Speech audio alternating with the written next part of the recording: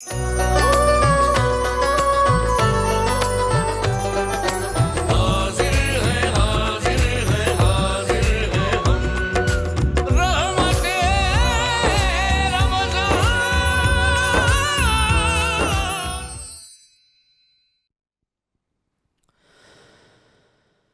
بالله من الشيطان الرجيم.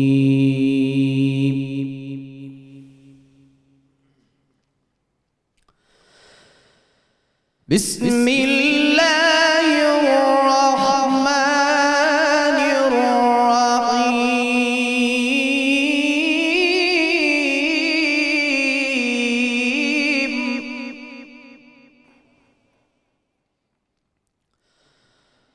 وقضى ربك ألا تعبدوا إلا إياه وبالوالدين إحسانا.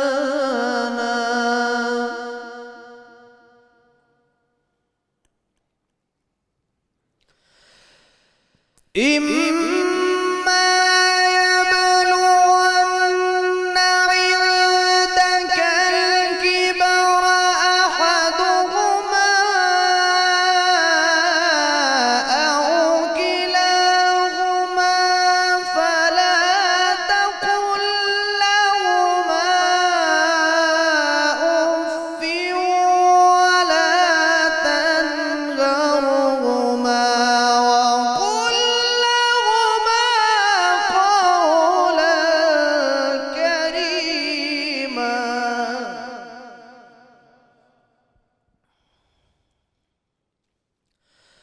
واخفض لهما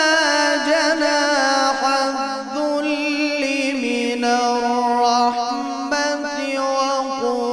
رب ارحمهما كما ربياني صغيرا.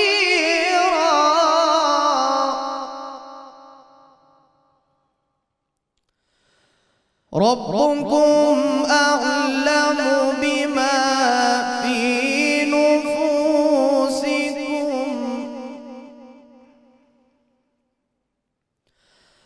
ربكم أعلم بما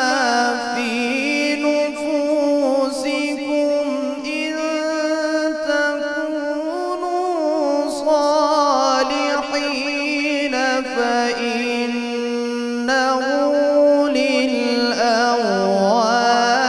للأوابين غفورا.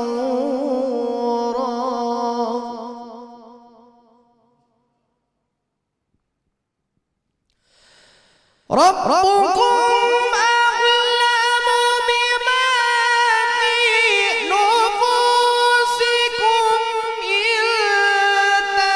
تكونوا صالحين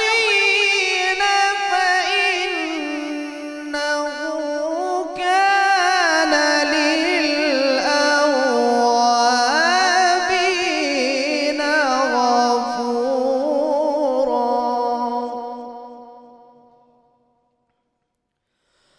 وآت ذا القربى حقه والمسكين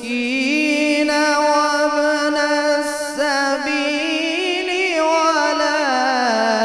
تبذر تبذيرا.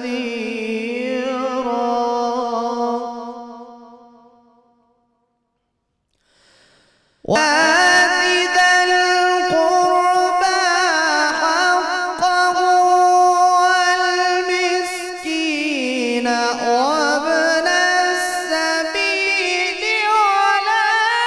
تبذر تبذيرا.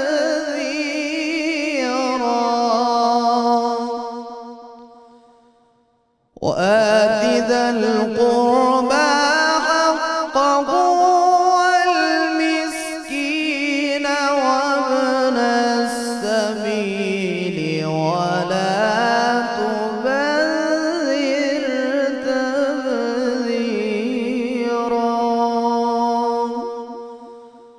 صدق اللہ العلی العظیم۔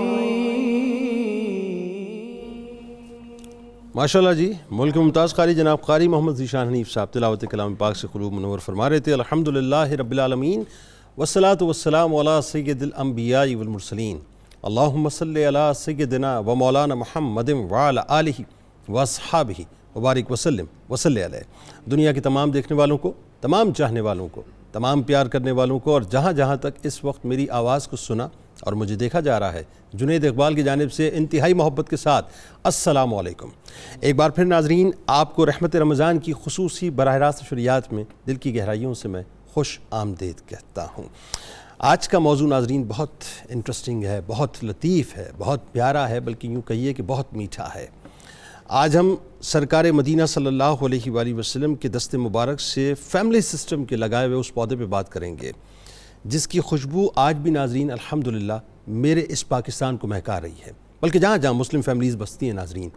یہ جو فیملی کلچر ہے اس کی ایک اپنی فضا ہے، اپنی خوشبو ہے، اس کی اپنی ایک مہکار ہے ناظرین، اس کے اپنے ایک پھول ہیں، وہ ایک گلدستہ ہے جو سرکار مدینہ صلی اللہ علیہ وآلہ وسلم نے لگایا، اور ایسا لگایا ناظرین کہ آج بھی آپ دیکھیے پاکستان کے اندر یہ نارمز موجود ہیں۔ وہ اور بات ہے کہ تباہی کسی حد تک ہو چکی ہے، اس پہ آگے جا کے بات کروں گا، لیکن آج ناظرین بنیادی طور پہ اسی گلشن پہ ہم نے بات کرنی ہے۔ لہٰذا ابتدا میں عرض کرنا چاہتا ہوں کہ آپ اگر پاکستان میں بستے ہیں تو ہمارے ساتھ رہیں، یا اگر دنیا میں کہیں بھی بستے ہیں، خاص طور پہ جو ہمارے مغرب کے رہنے والے ہیں وہ تو آج لازمی ہمارے ساتھ رہیں۔ معاملہ یہ ناظرین کہ اللہ تبارک و تعالیٰ نے انسان کو اس کے اہل خانہ کی صورت میں رشتوں کی جس مضبوط و مستحکم لڑی میں پرویا ہے،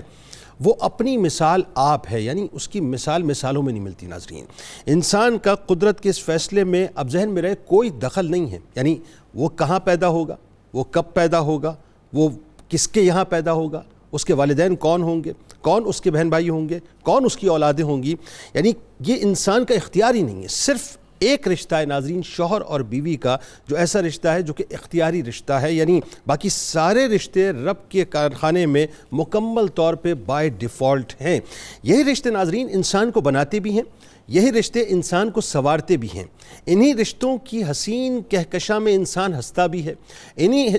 رشتوں کی حسین سی کہکشاں میں انسان مسکراتا بھی ہے، انہی رشتوں کی کہکشاں میں ناظرین انسان روتا بھی ہے، اور یہی انسان کسی کو رلاتا بھی ہے۔ دکھ سکھ کی باتیں بھی انہی کہکشاؤں کے درمیان کہیں بٹتی ہیں، اور انہی رشتوں سے انسان پہچانا بھی جاتا ہے، یعنی انہی اہل خانہ کے ساتھ انسان جیتا بھی ہے، اور انہی اہل خانہ کو وہ قبر میں بھی اتارتا ہے، اور یہی اہل خانہ اسے آخرت کی پہلی منزل یعنی قبر تک چھوڑ کر آتے ہیں۔ وہ حدیث پاک ناظرین آپ کو یاد ہے نا کہ جس میں سرکار علیہ السلام نے فرمایا، اور تین چیزیں اس میں بتلائیں، جس کا مفہوم یہ ہے کہ جب انسان کا جنازہ اٹھتا ہے تو اس کے ساتھ تین چیزیں جاتی ہیں، ایک اس کا مال جاتا ہے، ایک اس کے رشتہ دار جاتے ہیں، اور ایک اس کے اعمال جاتے ہیں۔ باقی یہ جو دو چیزیں ہیں ناظرین، یعنی اس کا مال اور اس کے رشتہ دار واپس آ جاتے ہیں، اور اعمال اس کے ساتھ چلے جاتے ہیں، تو یہ جو رشتہ دار ہیں ناظرین، یہ جو فیملی ہے، یہ قبر کے دہانے تک آپ کے ساتھ رہتی ہے۔ یہی وجہ ہے کہ سرکار مدینہ صلی اللہ علیہ وآلہ وسلم نے انسان کے بہترین ہونے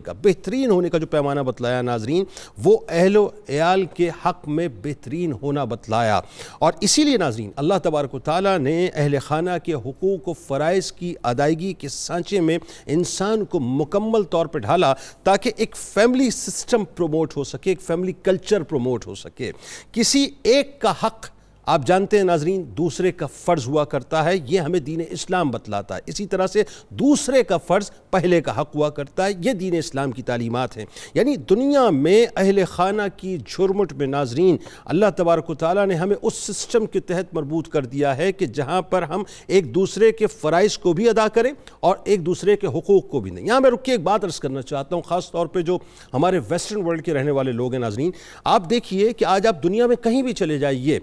لوگ آئسولیشن کی زندگی میں جا رہے ہیں، لوگ انڈیویجول لائف سسٹم کی طرف جا رہے ہیں، ماں باپ کا پتہ نہیں ہوتا، اولادوں کا پتہ نہیں ہوتا، فور فادرز کا پتہ نہیں ہوتا۔ یعنی عالم یہ ہو گیا ناظرین کہ اب ہر شخص اپنی اپنی زندگی جینا چاہتا ہے، چاہے وہ مرد ہے یا عورت ہے، یعنی وہاں پر فیملی سسٹم کا کوئی تصور نہیں ہے۔ یہ الحمدللہ دین اسلام ہے جس نے بتلایا ہے کہ فیملی سسٹم ہوتا کیا ہے۔ اور ایک اور کمال بات ناظرین، آپ دنیا میں کہیں بھی جا کر کسی بھی جگہ پہ وزٹ کر لیجئے، آپ کسی بھی جگہ کسی بھی ملک میں چلے جائیے، آپ کو حقوق کے دعوے دار تو بہت ملیں گے، بڑے بڑے علمبردار ملیں گے، کوئی عورتوں کے حقوق کی بات کر رہا ہوگا، کوئی مردوں کے حقوق کی بات کر رہا ہوگا، کوئی بچوں کے حقوق کی بات کر رہا ہوگا، کوئی بوڑھوں کے حقوق کی بات کر رہا ہوگا، کوئی جوانوں کے حقوق کی بات کر رہا ہوگا، کوئی ٹیچرز کے حقوق کی بات کر رہا ہوگا، کوئی یہ جو آج کل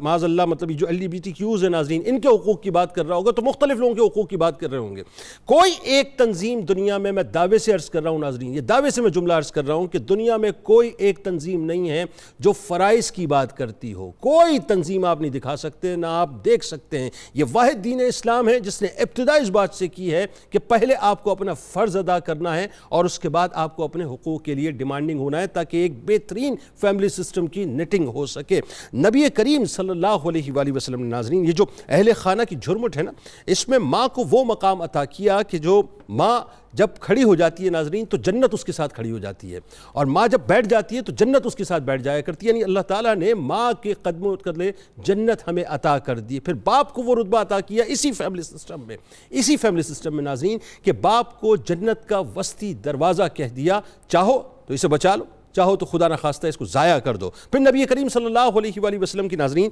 چار دیواری کی اگر زندگی آپ دیکھیں تو ایک شاندار، متوازن، مثالی اور خوش مزاجی پر مبنی زندگی ہے کہ گھر میں موجودگی کے دوران آپ ازواج مطہرات کے شانہ بشانہ گھر کے معمولی سے معمولی کام بھی کیا کرتے تھے اور ایسے حصہ لیتے تھے کہ انسان کی عقل انگشت بدندہ رہ جائے۔ یعنی ذرا سوچئے کہ شہنشاہ دو جہاں صلی اللہ علیہ وآلہ وسلم کی ذات گرامی گھر کی چار دیواری کے باہر ناظرین مختلف مناصب پر عالی مناصب پر فائز ہیں۔ گھر سے باہر آپ امام بھی تھے تو آپ امیر جہاد بھی تھے، آپ قاضی بھی تھے تو آپ سپریم کمانڈر بھی تھے، آپ امانت دار تاجر بھی تھے تو فقید المثال مبلغ بھی تھے، آپ لشکر جرار کے سپہ سالار بھی تھے تو شیب ابی طالب کے بے کس و مظلوم قیدی بھی تھے، رحم دل فاتح بھی تھے تو کریم النفس جرنیل بھی تھے، مایہ ناز منتظم بھی تھے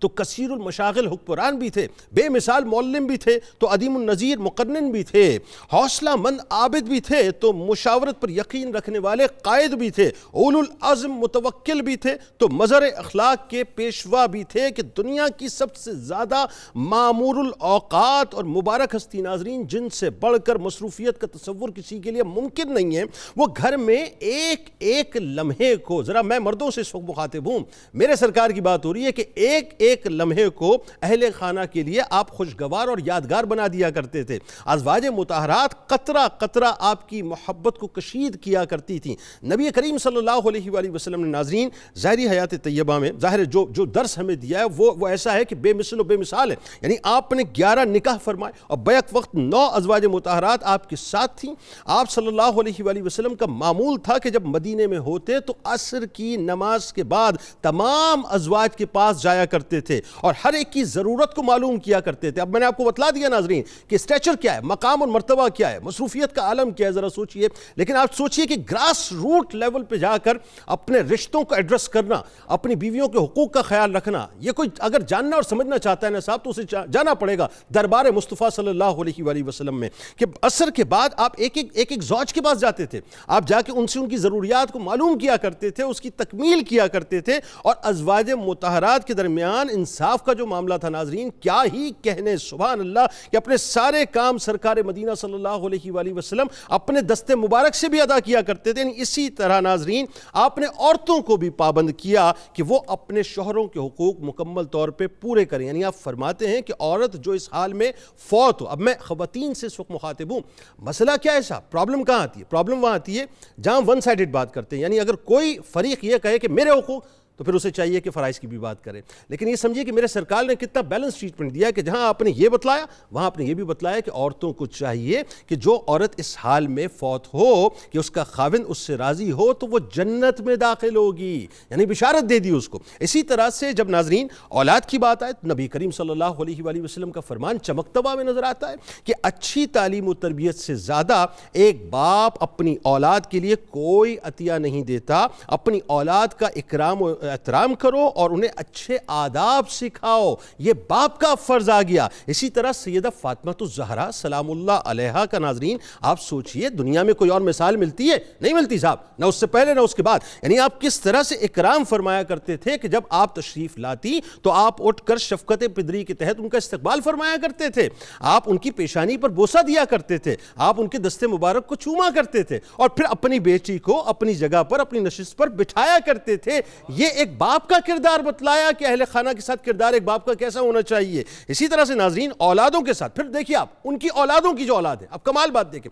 حضرت زینب سلام اللہ علیہا کی صاحبزادی حضرت امامہ سلام اللہ علیہا، یعنی اگر ہم امام علی مقام یا امام حسین علیہ السلام یا محمد حسن علیہ السلام کی مثال دیتے ہیں تو وہ بھی کیسی حسین مثال ہے صاحب کہ آپ جس وقت سرکار علیہ السلام نماز میں ہوتے اور اگر وہ سجدے کی حالت میں ہوتے اور وہ آپ کی پشت مبارک پہ آ کے بیٹھ جایا کرتی تھی تو حضرت امامہ سلام اللہ علیہا کے لیے یعنی اپنی نواسی کے لیے آپ اپنے سجدوں کو طویل فرما دیا کرتے تھے۔ یہ اہل خانہ کے ساتھ آپ کی محبت تھی۔ پھر وہ منظر بھی دیکھیں ناظرین کہ سرکار مدینہ صلی اللہ علیہ وآلہ وسلم کے پاس سگی بہن نہیں آئیں، رضائی بہن آئیں، حضرت شیمہ سلام اللہ علیہ جن کا تذکرہ پاک ہم نے ایک آدھ دن پہلے ہی کیا ہے۔ یعنی آپ سوچئے ناظرین کہ برسوں بعد آ رہی ہیں، ابھی انٹروڈکشن بھی نہیں ہوا لیکن جیسے انٹروڈکشن ہوتا ہے تو وہ جو برسوں پہلے کی رضائی بہن کی محبت تھی آپ نے ان کے اکرام کو اس طرح سے ادا کیا کہ آپ کھڑے ہوئے اور اپنی چادر کو آپ نے بچھا دیا اپنی بہن کے لیے، اور چادر کو بچھانے کے بعد آپ نے ان کا اکرام بھی فرمایا اور جو انہوں نے ڈیمانڈ کی وہ ناظرین پرسوں ہی یہ بات ہو رہی تھی کہ 72 ارب روپے تقریباً بنتے ہیں، 72 ارب روپے جو ان کے قبیلے والوں سے مسلمانوں کو ملے تھے اور 6000 قیدی تھے، اپنی رضائی بہن کے لیے آپ نے اس کو قربان بھی کر دیا اور آپ نے واپس بھی لوٹا دیا۔ تو یہ اہل خانہ کے ساتھ محبتیں نبھانے کا طریقہ ہے۔ اسی طرح ناظرین خصوصاً بڑے بھائی کو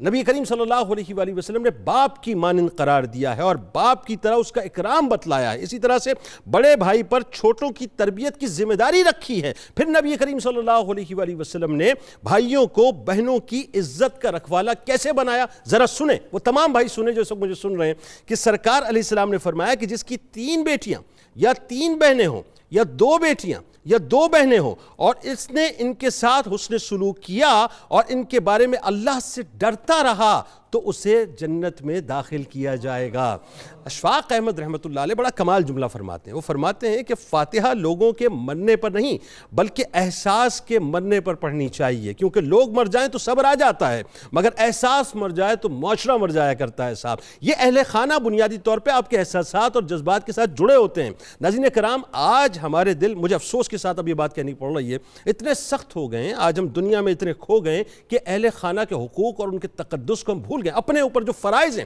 ہم نے ان کو بھی بھلانا شروع کر دیا، ہم صرف حقوق کے لیے ڈیمانڈنگ ہے۔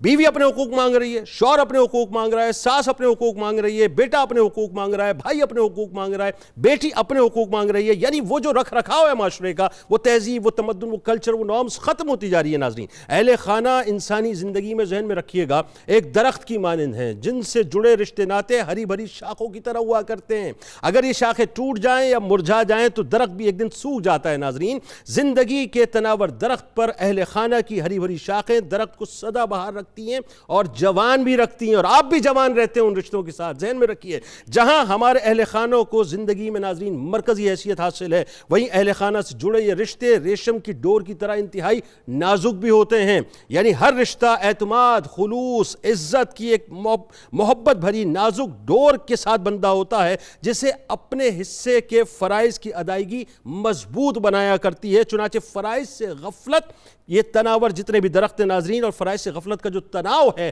بنیادی طور پر اس ڈور کو کمزور کر دیا کرتا ہے اور یہ تناور درخت جو ہے ناظرین اپنی شاخوں کو پھر ٹوٹتے ہوئے دیکھتا ہے۔ لہٰذا یہ جو گھر کا گھروندہ ہے نا ناظرین، اس گھروندے کو بنانے میں ذہن میں رکھیے گا صرف حقوق مت مانگیے، اپنے فرائض کو بھی ادا کیجیے، تب یہ گھر ایک گھروندے کی صورت میں، ایک پیارے سے گھروندے کی صورت میں وہ کھڑا رہے گا جہاں پر آپ کو محبتوں کی خوشبوئیں ملیں گی۔ میں ایک جملہ آخر میں ادا کروں،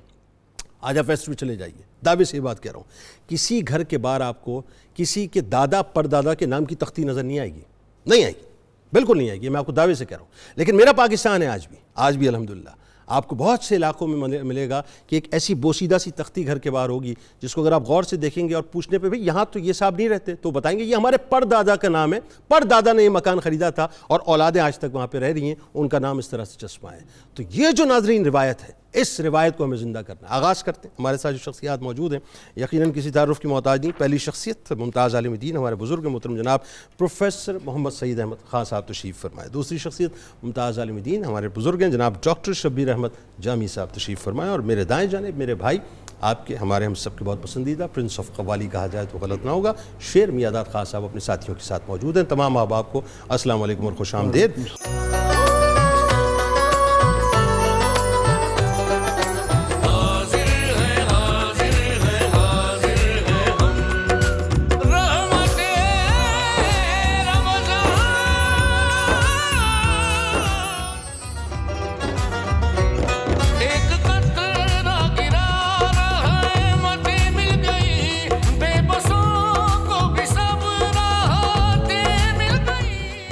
خوش آمدید خواتین و حضرات۔ پروفیسر صاحب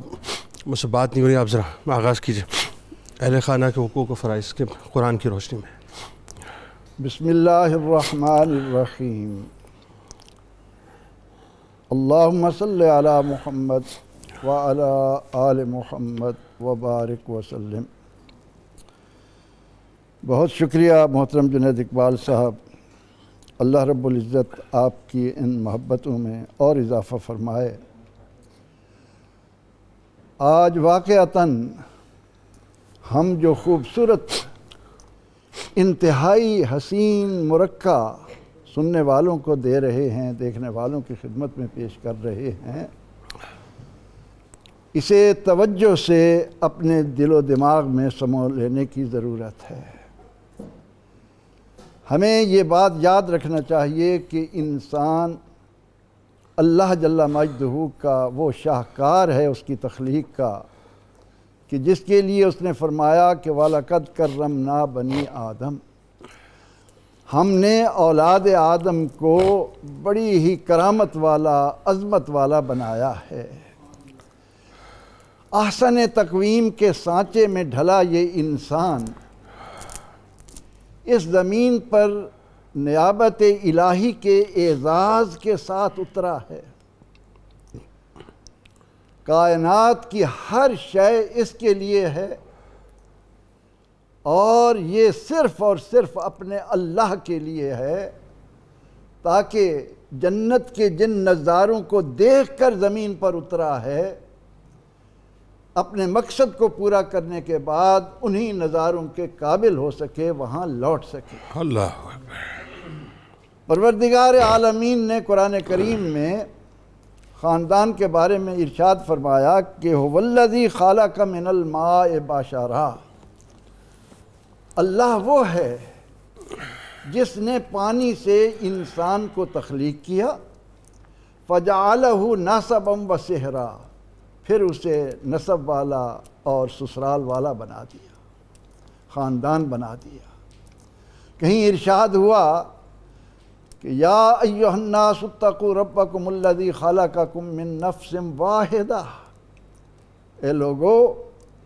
اپنے اس اللہ کی عظمت کو سامنے رکھو جس نے تم سب کو ایک جان سے پیدا کیا۔ بے شک۔ وخلق منہا زوجہا،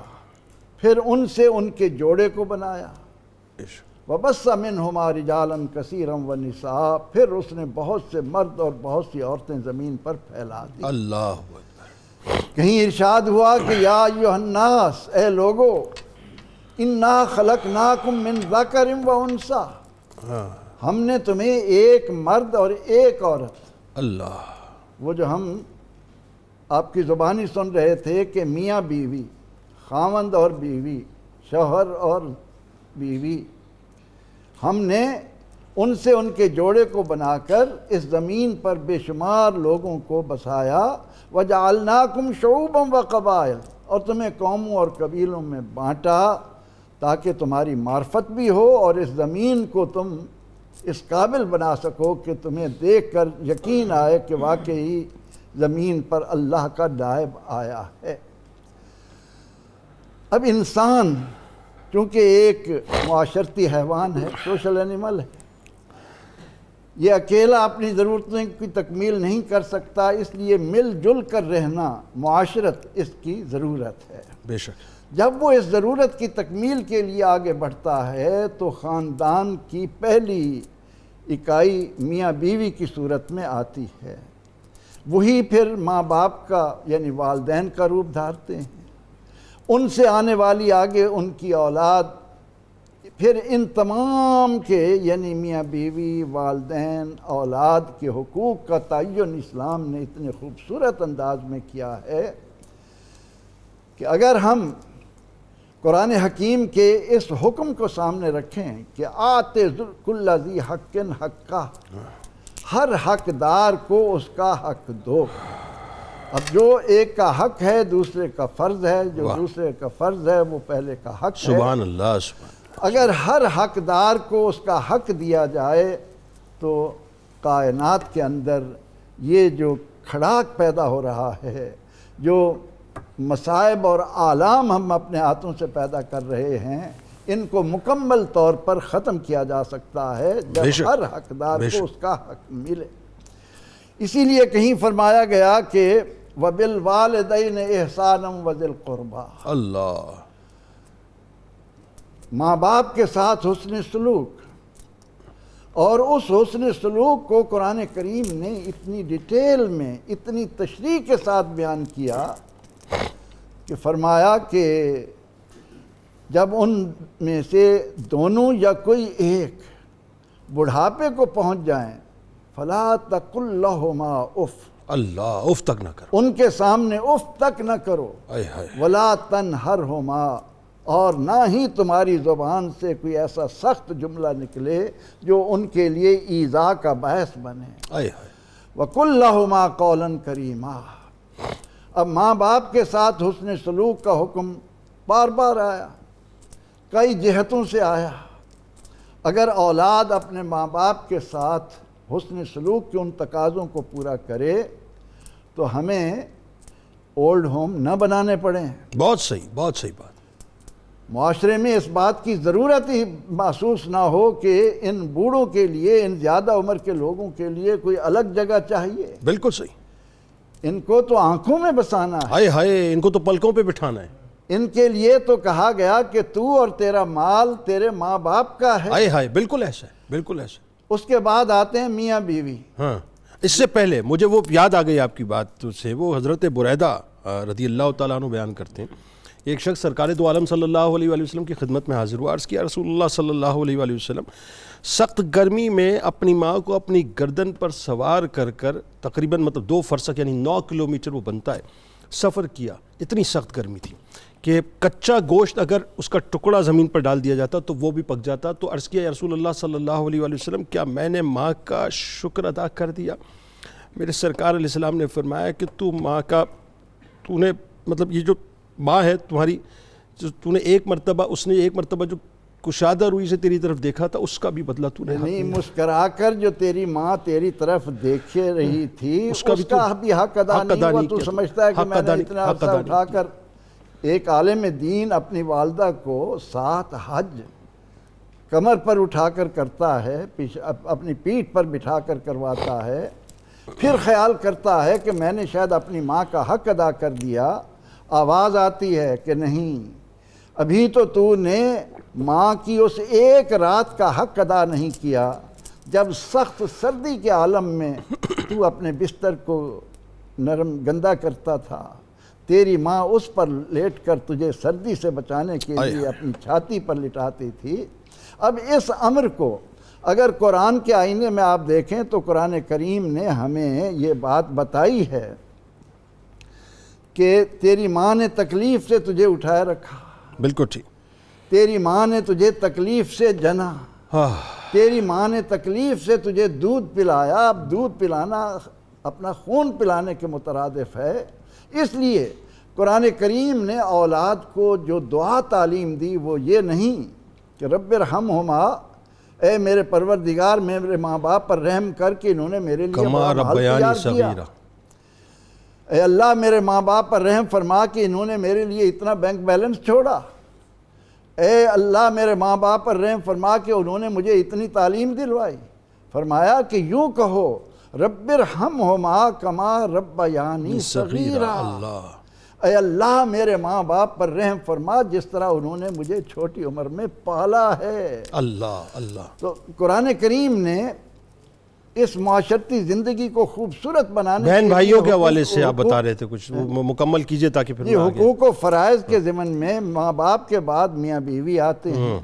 ان کے لیے شوہروں کو جہاں حکم دیا کہ عاشروہن بالمعروف، ان کے ساتھ بھلے طریقے سے پیش آؤ، ان کے حقوق کا خیال رکھو، وہاں عورتوں کو حکم دیا کہ وہ شوہروں کی کامل اطاعت کریں۔ اس کے بعد اولاد آتی ہے، اولاد کو بھی حقوق، ان کے فرائض ان کو واضح کیا گیا۔ تو جس طرح آپ نے ابتدائیے میں بڑی دردمندی کے ساتھ اس بات کی طرف توجہ دلائی کہ آج ضرورت اس امر کی ہے کہ میں اپنا حق مانگنے سے پہلے اس بات کی طرف دیکھوں کہ میں نے اپنا فریضہ پورا کیا کہ نہیں کیا، اصل بات ہے۔ میں اس آخری بات اس ضمن میں عرض کروں گا کہ فاروق اعظم رضی اللہ عنہ کی خدمت میں ایک شخص آتا ہے اور اپنے بیٹے کی شکایت کرتا ہے۔ آپ نے اس کے بیٹے کو بلایا، بیٹے نے عرض کی حضور یہ بتائیے کہ صرف مجھ پر میرے والدین کے حقوق ہیں یا میرے بھی کچھ والدین پر حقوق ہیں؟ جی فاروق اعظم رضی اللہ عنہ نے فرمایا کہ والد کا پہلا حق یہ ہے کہ وہ شادی ایسی جگہ کرے جس کی وجہ سے اولاد کو طعنہ زنی نہ ہو، بالکل ٹھیک ہے، اولاد ہو اس کا بہترین نام رکھے، اولاد چلنے پھرنے قابل ہو، اس کو تعلیم کے زیور سے آراستہ کرے،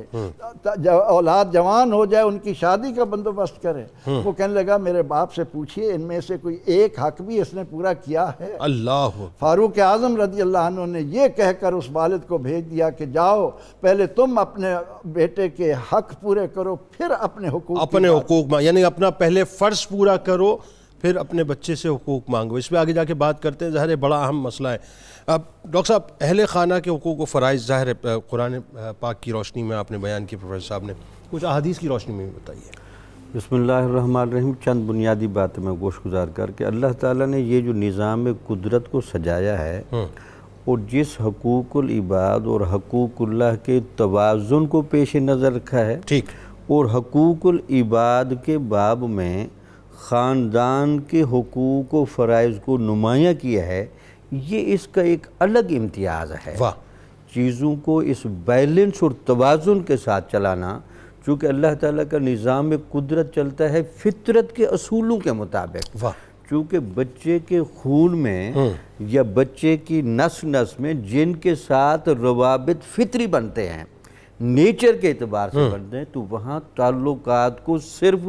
ایک معاشرتی حسن کے طور پر نہیں بلکہ اس کے اوپر اس کو درجہ عبادت میں شامل کیا۔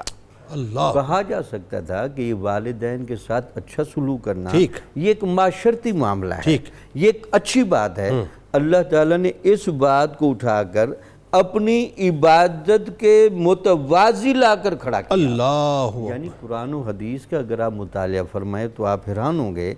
وَقَضَىٰ رَبُّكَ أَلَّا تَعْبُدُوا إِلَّا إِيَّاهُ وَبِالْوَالِدَيْنِ إِحْسَانًا۔ اگر میں یہاں دو جملے کہوں کہ حقوق اللہ میں سب سے بڑا حق اللہ کی عبادت ہے، ٹھیک، اور حقوق العباد میں اور خاندانوں کے حقوق میں سب سے بڑا حق والدین کے ساتھ حسن و سلوک کرنا ہے۔ آئے ہائے ہائے، اچھا پھر اس حدیث کو ذرا خوبصورتی سے دیکھیں۔ حضور نبی اکرم صلی اللہ علیہ وسلم سے جب پوچھا گیا، اے اللہ کے نبی یہ ارشاد فرمائے کہ آپ کی امت کا سب سے افضل ترین بندہ کون ہے؟ اس افضل ترین بندے کا تعین فرماتے ہوئے آپ کہتے ہیں کہ میری امت کا سب سے افضل بندہ وہ ہے جس کا اخلاق اپنے گھر والوں کے ساتھ سب سے اچھا ہے۔ واہ، پیمانہ یہ بنا ہے، پیمانہ یہ ہے، یعنی جو گھر والوں کے ساتھ اچھا رہ سکتا ہے ٹھیک، تو وہ نیچر کے مطابق چل رہا ہے، تو ہم کہہ سکتے ہیں کہ اس کو الستو بربکم قالوا بلا کا بھی وعدہ یاد ہوگا، فَأَلْهَمَهَا فُجُورَهَا وَتَقْوَاهَا کی وہ الوہی روابط کی چیزیں بھی یاد ہوں گی۔ اللہ، تو اس کا مطلب یہ ہے کہ انسان جب فطرت سلیمہ پر کھڑا ہے تو فطرت سلیمہ کسی موقع پر گنجائش نہیں دیتی کہ آپ والدین کے ساتھ، رشتہ داروں کے ساتھ اور تعلقات جوڑنے والوں کے ساتھ ایسے روابط رکھیں۔ اچھا اس کی ذرا اور بھی ایک جہت میں بتاؤں، آپ اندازہ لگیں اللہ تعالیٰ اپنا نظام قدرت سمجھانے کے لیے اور نظام انتظام سمجھانے کے لیے بعض اوقات خاندان کی مثالوں سے بات سمجھاتا ہے۔ وہ کیسے؟ دیکھیں اللہ تعالیٰ فرماتا ہے کہ جو بندہ مجھ سے چلا جائے، کفر میں چلا گیا، شرک میں چلا گیا، گناہوں میں چلا گیا، اگر وہ واپس پلٹنا چاہے تو میں کیسے اس کو ریسپانس دیتا ہوں؟ اس بات کو سمجھانے کے لیے اللہ تعالیٰ فرماتا ہے کہ جب کوئی بچہ ماں سے گم ہو جائے اور ماں سے چلا جائے تو ماں اس کو کتنا یاد کر دیا کہ بچہ میرے دائرے سے چلا گیا، یا وہ بچہ ماں کو کتنا یاد کرتا ہے۔ تو جس طرح گم شدہ بچہ جب واپس ماں کو ملتا ہے یا ان کی ملاقات ہوتی ہے تو اللہ تعالیٰ کا نظام قدرت اس کی تائید کرتا ہے، التائب من الذنب کمن لا ذنب لہ، گناہوں سے توبہ کرنے والا ایسے ہی ہے جیسے اس نے کبھی گناہ کیا ہی نہیں۔ اللہ دیکھیں اللہ تعالیٰ اپنا نظام سمجھانے کے لیے خاندانی سسٹم کے ساتھ جوڑتا ہے تاکہ اللہ کی منشا اور اللہ کی مرضی کو سمجھا جا سکے۔ یعنی گناہوں سے توبہ کرنے والا ایسا ہے جیسے ابھی ہی وہ جنا گیا ہو۔ ابھی جناب ہاں ٹھیک۔ دیکھ یہ کیوں ہے؟ اب کسی نے زندگی پر کفر و شرک کیا،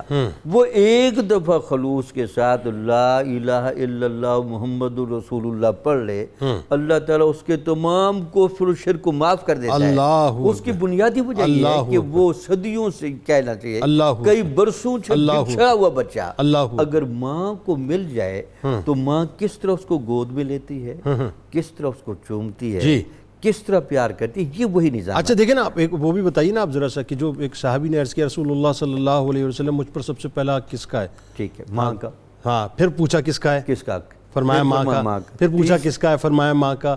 چوتھی مرتبہ والد کا، آپ کے باپ کا بھی حق ہے۔ یہ بھی یہی فطرت کا اصول، چونکہ ماں کی گود میں رہا، ماں نے پالا،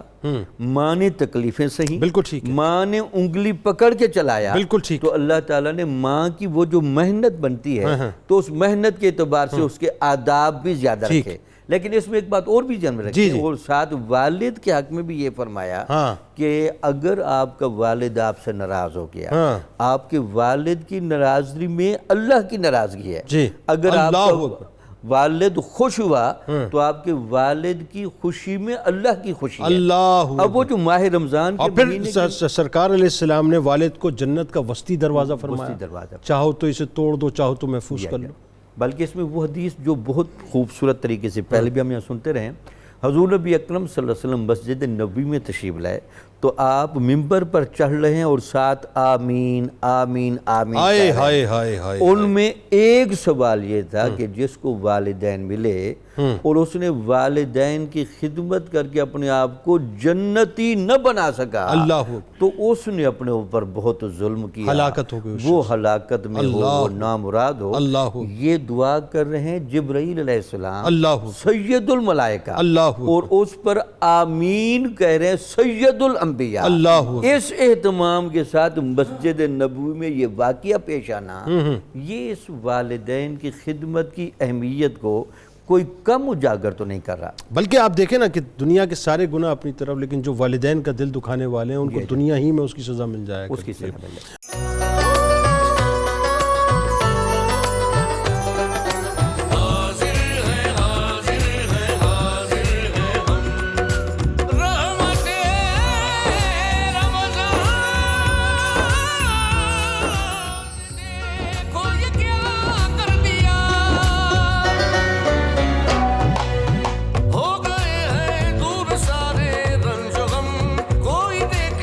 ناظرین کرام، ایک بار پھر میں آپ کو خوش آمدید کہتا ہوں، اور رحمت رمضان کی خصوصی براہ راست نشریات ہے، سحری کا حسین سا موقع ہے اور اہل خانہ کے حقوق پر بات ہو رہی ہے۔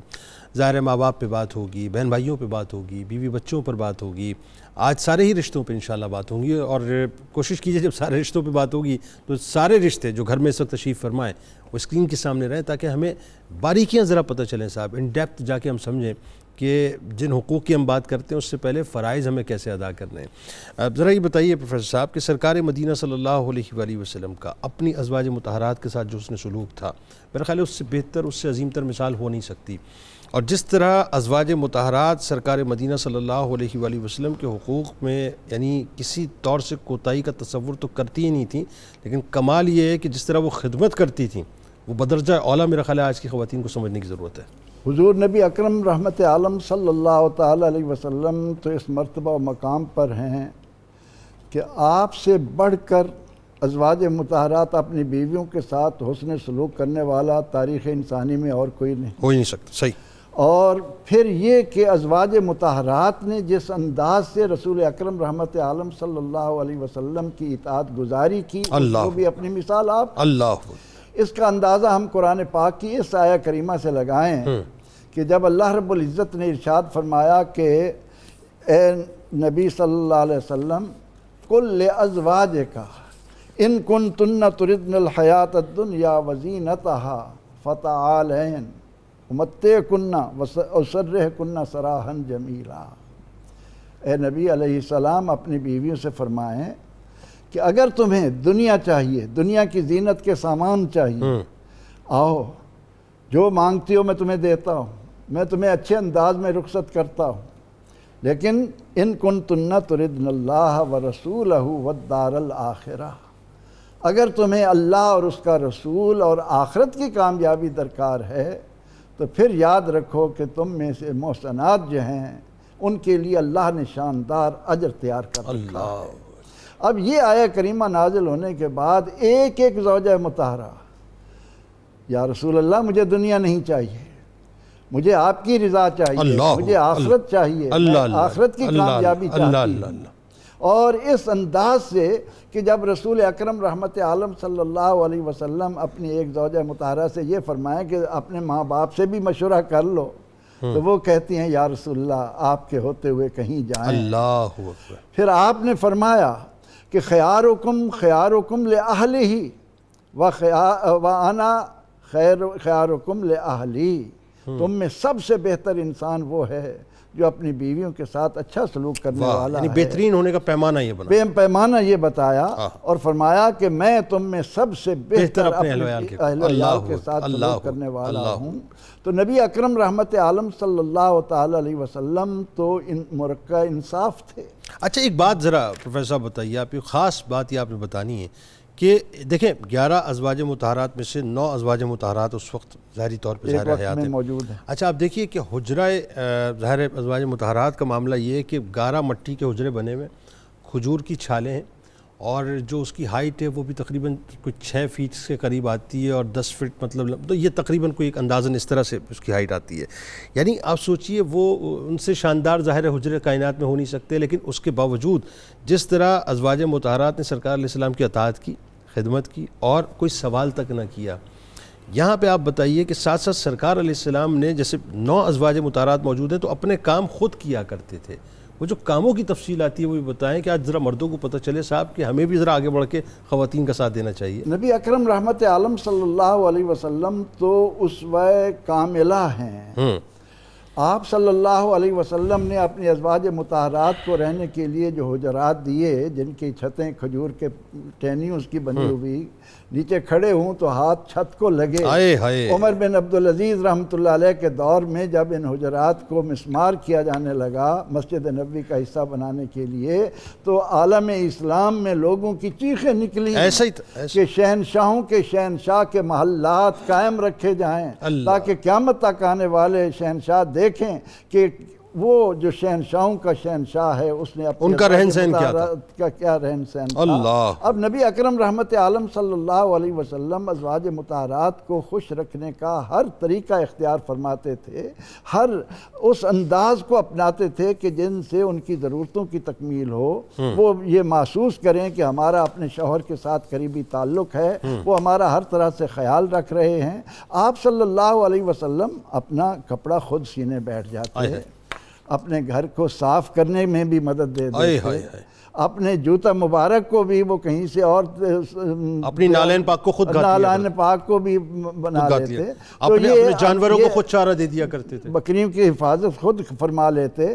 دودھ خود دھو لیتے۔ تو یہ عمل یعنی جب آپ ایک خوشگوار زندگی کی بنیاد رکھتے ہیں تو اس کا انتظام اسی سے ہوتا ہے کہ میاں بیوی کے درمیان یہ فرق نہیں رہتا کہ بیوی یہ سمجھے کہ یہ میری ذمہ داریاں الگ کر دی گئی ہیں، اس میں میرا شوہر شریک نہیں ہے، یا شوہر کے کاموں میں مجھے شریک نہیں کیا جا رہا۔ تو نبی اکرم رحمت عالم صلی اللہ علیہ وسلم اپنے گھر کے کاموں کو اپنے ہاتھوں سے کرنے میں کسی طرح کی کوئی آر محسوس نہیں فرماتے تھے، اور اپنے اس عمل سے آپ اپنی امت کو بتا رہے ہیں کہ تمہیں بھی اپنے خانگی معاملات میں اس انداز سے چلنا چاہیے۔ اور پھر ازواج مطہرات رضوان اللہ علیہن اجمعین نبی اکرم رحمت عالم صلی اللہ علیہ وسلم کے آرام کا جس طرح خیال رکھتی ہیں، ایک دفعہ ام المومنین حفصہ رضی اللہ عنہا نے یہ دیکھا کہ حضور علیہ الصلوۃ والتسلیم اب عمر کے اس حصے میں آ گئے ہیں، بڑھاپے کی طرف مائل ہیں، تو آپ کے لیے جو کمبل ڈالا جاتا تھا اس کو دوہرا کر کے آپ کے اللہ کے نبی علیہ الصلوۃ والتسلیم جب تھوڑی دیر کے لیے اس پر لیٹے تو فوراً اٹھ بیٹھے، فرمایا حفصہ ہم دنیا میں آرام اور راحت حاصل کرنے کے لیے نہیں آئے، وہ بھی اٹھوا دیا۔ ام المومنین عائشہ صدیقہ رضی اللہ عنہا نے اگر اپنے حجرے کی زیب و زینت کی طرف تھوڑی سی توجہ دی تو آپ نے اس کو بھی پسند نہیں فرمایا۔ اور کمال یہ اصل تعلقات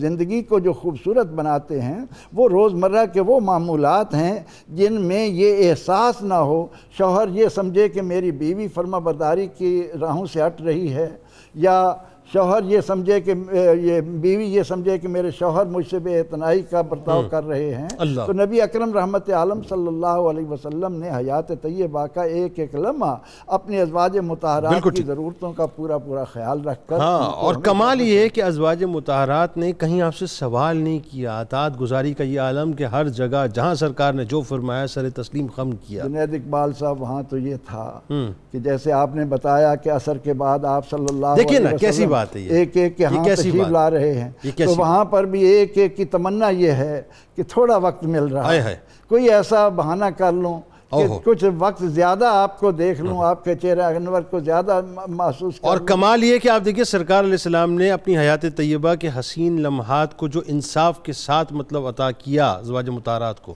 وہ کتنا خوبصورت عطا کیا۔ یعنی ڈاکٹر صاحب بیونڈ دی امیجنیشن یہ باتیں لگتی ہیں، لیکن وہی بات ہے کہ اگر ہم سرکار علیہ السلام کی ظاہری حیات طیبہ کو دیکھیں تو اس کا ایک ایک لمحہ ہمارے لیے ایسا ہے کہ وہ ہیرے سے زیادہ قیمتی ہے۔ مثال کے طور پہ اگر سرکار علیہ السلام ایک تو آپ کی حیات طیبہ میں ہم یہ دیکھتے ہیں آپ کا جو تعلق ازواج مطہرات کے ساتھ، پھر آپ کی ازواج مطہرات کا آپ کے ساتھ یعنی امت کی ماؤں کا، پھر ایک تعلق آپ کا اپنی بیٹیوں کے ساتھ ہے، بیٹیوں کی اولادوں کے ساتھ ہے، وہ کتنا حسین تعلق ہے، ذرا وہ بتائیے۔ بسم اللہ الرحمن الرحیم۔ سرکار دو عالم صلی اللہ علیہ وسلم کو جو رحمت للعالمینی کا لقب دیا گیا تو آپ نے انسانیت کو انسانیت سازی کی حدود سے بھی اٹھایا۔ یعنی آپ کی جو سب سے بڑی صفت تھی، آپ سب سے پہلے انسان کو مانوس پڑا کرتے تھے، پھر اس کا جو ایک دائرہ آزادی ہے نا اس کو قائم رکھتے ہوئے ایک ایسے رحمت بھرے انداز سے تربیت کرتے تھے جس سے انسانیت کو رشک آتا ہے کہ انسانیت نوازی کی اور اخلاق سازی کی اور حقوق و فرائض کے تعین کی ایسی مثالیں ملتی ہیں کہ عقل حیران رہ جاتی ہے۔ اب یہی جو باتیں کہ جب حضرت فاطمہ سلام اللہ علیہا کے یہ بچے پیدا ہو رہے ہیں، ان بچوں کی پیدائش پر اتنا خوش ہونا، پھر وہاں جا کر گھر میں ان کو پروٹوکول دینا، گود میں اٹھانا، ان کو گھٹی دینا، ان کے عقیقے کرنا، ان کی کانوں میں دائیں میں بائیں میں اذان اور تکبیر کہنا، اور ان کے اچھے اچھے نام رکھنا، جس مانوسیت کے ساتھ آپ نے یہ کام کیے ہیں، انسانیت ایسی مثالیں کبھی پیش کر سکتی ہے؟ جو مغرب کہتے ہیں جی ہمیں بڑی انسانیت سے محبت ہے، ہم انسانیت کو اٹھا رہے ہیں، لگتا یہ ہے کہ ان کی آنکھوں پر تعصب کی آنکھیں ہیں، کبھی انہوں نے سیرت نبوی کا مطالعہ ہی نہیں کیا۔ انسان کے ساتھ حضور نبی اکرم صلی اللہ علیہ وسلم نے کتنی محبت کی ہے، پھر اپنے رشتہ داروں کے ساتھ اور اپنی بیٹیوں کے بچوں کے ساتھ جس انداز سے آپ نے محبت کر کے دکھایا، چاہیں تو آپ اس کو عام واقعہ کہہ دیں، چاہیں تو گہرائی دیکھیں، اللہ کی عبادت ہو رہی ہے، اور اس عبادت کے دوران بھی چھوٹے چھوٹے صاحبزادے یا صاحبزادیاں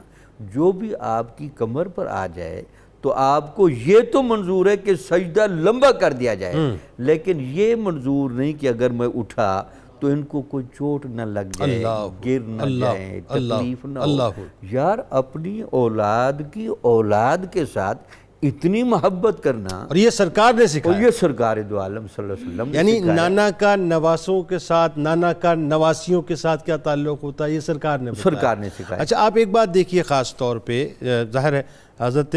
سیدہ زینب سلام اللہ علیہ ہوں، حضرت ام کلثوم سلام اللہ علیہ ہوں، حضرت رقیہ سلام اللہ علیہ ہوں، یا حضرت فاطمہ الزہرا سلام اللہ علیہ ہوں، یعنی ایون حضرت عبداللہ علیہ السلام ہو، حضرت قاسم علیہ السلام ہو، حضرت ابراہیم علیہ السلام ہو، آپ ہی دیکھیں کہ جو آپ شہزادگان کے ساتھ آپ کی محبت، اور پھر وہ بات ہے کہ ان کے پردہ فرماتے ہیں کہ وقت سرکار علیہ السلام کا زارو قطار، بتائیے نا وہ ذرا۔ مطلب یہ کہ وہ ہر صاحبزادی کو دیکھ لیں اور ہر صاحبزادے کو دیکھ لیں، ان کی ولادت پر یا ان کے دنیا سے جانے پر یا ان کی زندگی کے دوران جتنی محبت آپ نے دی ہے، تو انسانیت کے لیے کتنے سبق آپ نے چھوڑے ہیں۔ اللہ تو جیسے آپ خود کہہ رہے تھے کہ جتنی بھی آپ کی صاحبزادیاں، 3 صاحبزادیاں تو حضور نبی اکرم صلی اللہ علیہ وسلم کی حیات مبارکہ میں گئی ہیں، اللہ، اور جس انداز سے آپ نے اپنی صاحبزادیوں کی تجہیز و تکفین کے مراحل طے فرمائے ہیں، بتائیے ذرا۔ اور جتنا رسپانس دیا ہے اور جتنی پدری شفقت کا مظاہرہ کیا ہے، تاریخ اسلام تو اس کو قاصر ہے۔ اللہ، آپ نے ان کی صرف قبریں ہی نہیں کھدوائیں،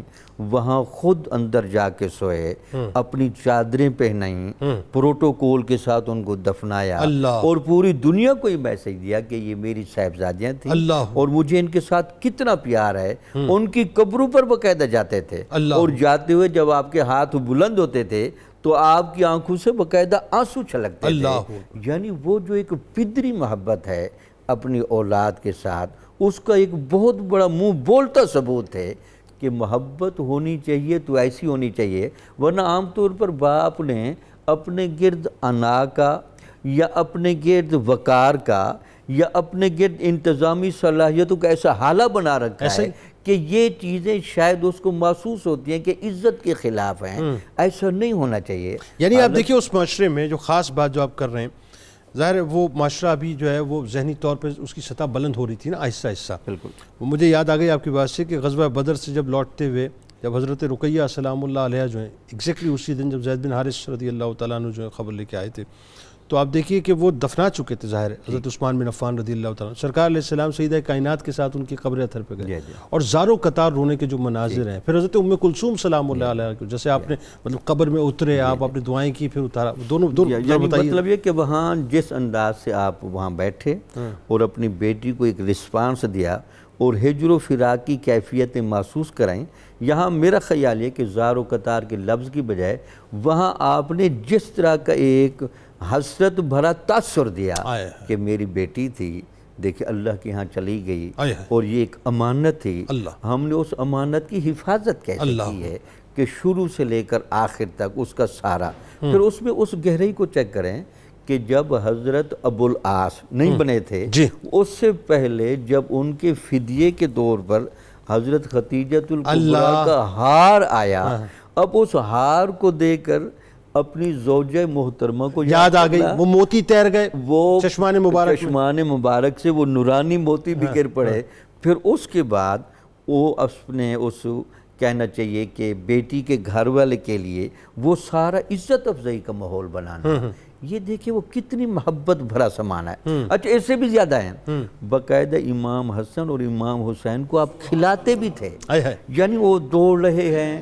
آپ دوڑ رہے ہیں، آپ بعض اوقات ان کے لیے خوبصورت سواری بھی بن جایا کرتے تھے، پھر وہ آپ کے کندھوں پر ہیں، جن کو دیکھ کے صدیق اکبر رضی اللہ تعالیٰ عنہ وہ باقاعدہ اس کے لیے کہنا چاہیے کہ وہ ایک سواری کو چلانے کے لیے جو چیزیں بھی ہوتی ہیں وہ بھی وہاں ہیں، کوئی پکڑ رہا ہے، کوئی چلا رہا ہے۔ یہ رسپانس اولاد کو، یعنی آپ یہ دیکھیں وہ صدیق اکبر رضی اللہ تعالیٰ عنہ کا جملہ کہ سواری کتنی حسین ہے، تو آپ مطلب سرکار نے فرمایا نہیں دیکھتے ہو کہ سوار کتنا حسین ہے۔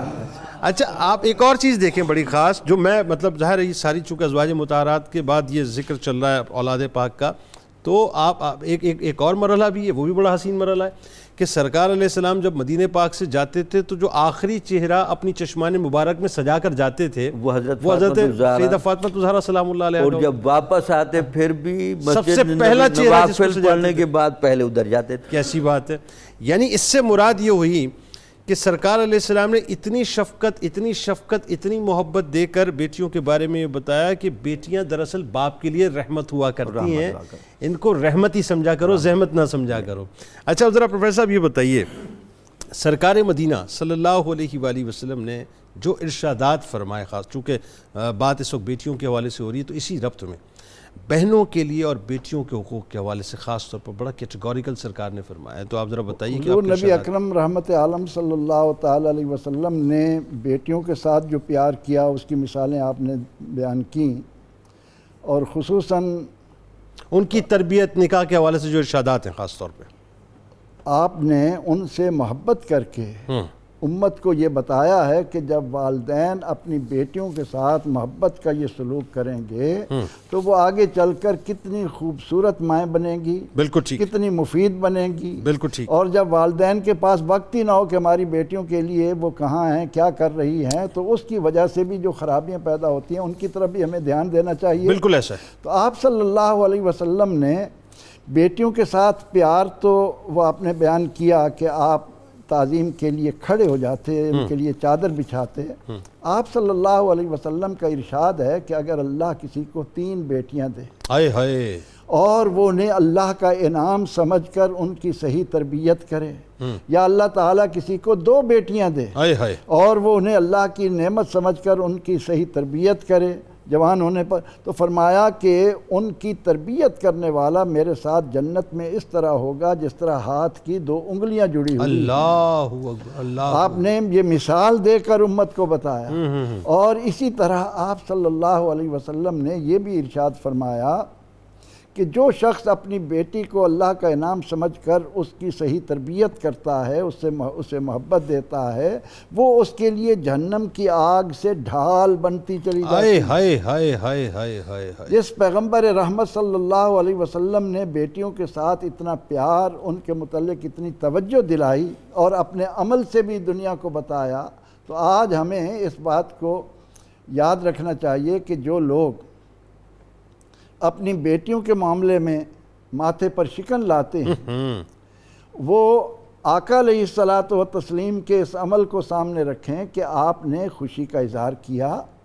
آپ صلی اللہ علیہ وسلم نے بیٹی کو اللہ کی نعمت قرار دیا، آپ نے اسے جہنم کی آگ سے ڈھال قرار دے کر ان کی تربیت کرنے والے کو اپنے ساتھ جنت میں داخلے کی بشارت سنائی۔ آپ یہ دیکھیے پروفیسر صاحب کہ ایک حدیث پاک کا مفہوم میرے سامنے اس وقت کہ اپنا جس نے 3، جیسے آپ نے فرمایا 3 بیٹیاں، تو 3 بہنوں کا بھی تو ذکر ملتا ہے، اور پھر اسی طرح سے 2 بیٹیوں کے ساتھ 2 بہنوں کا بھی تو ذکر 2 بہنوں کا بھی ذکر ملتا ہے کہ اگر اس نے کسی نے اپنی بہنوں کی جو ہے مطلب کفالت صحیح طرح سے کی اور اس کو جوان کیا تو اللہ تبارک و تعالیٰ اسے بھی جنت میں داخلہ عطا اسے کرے بھی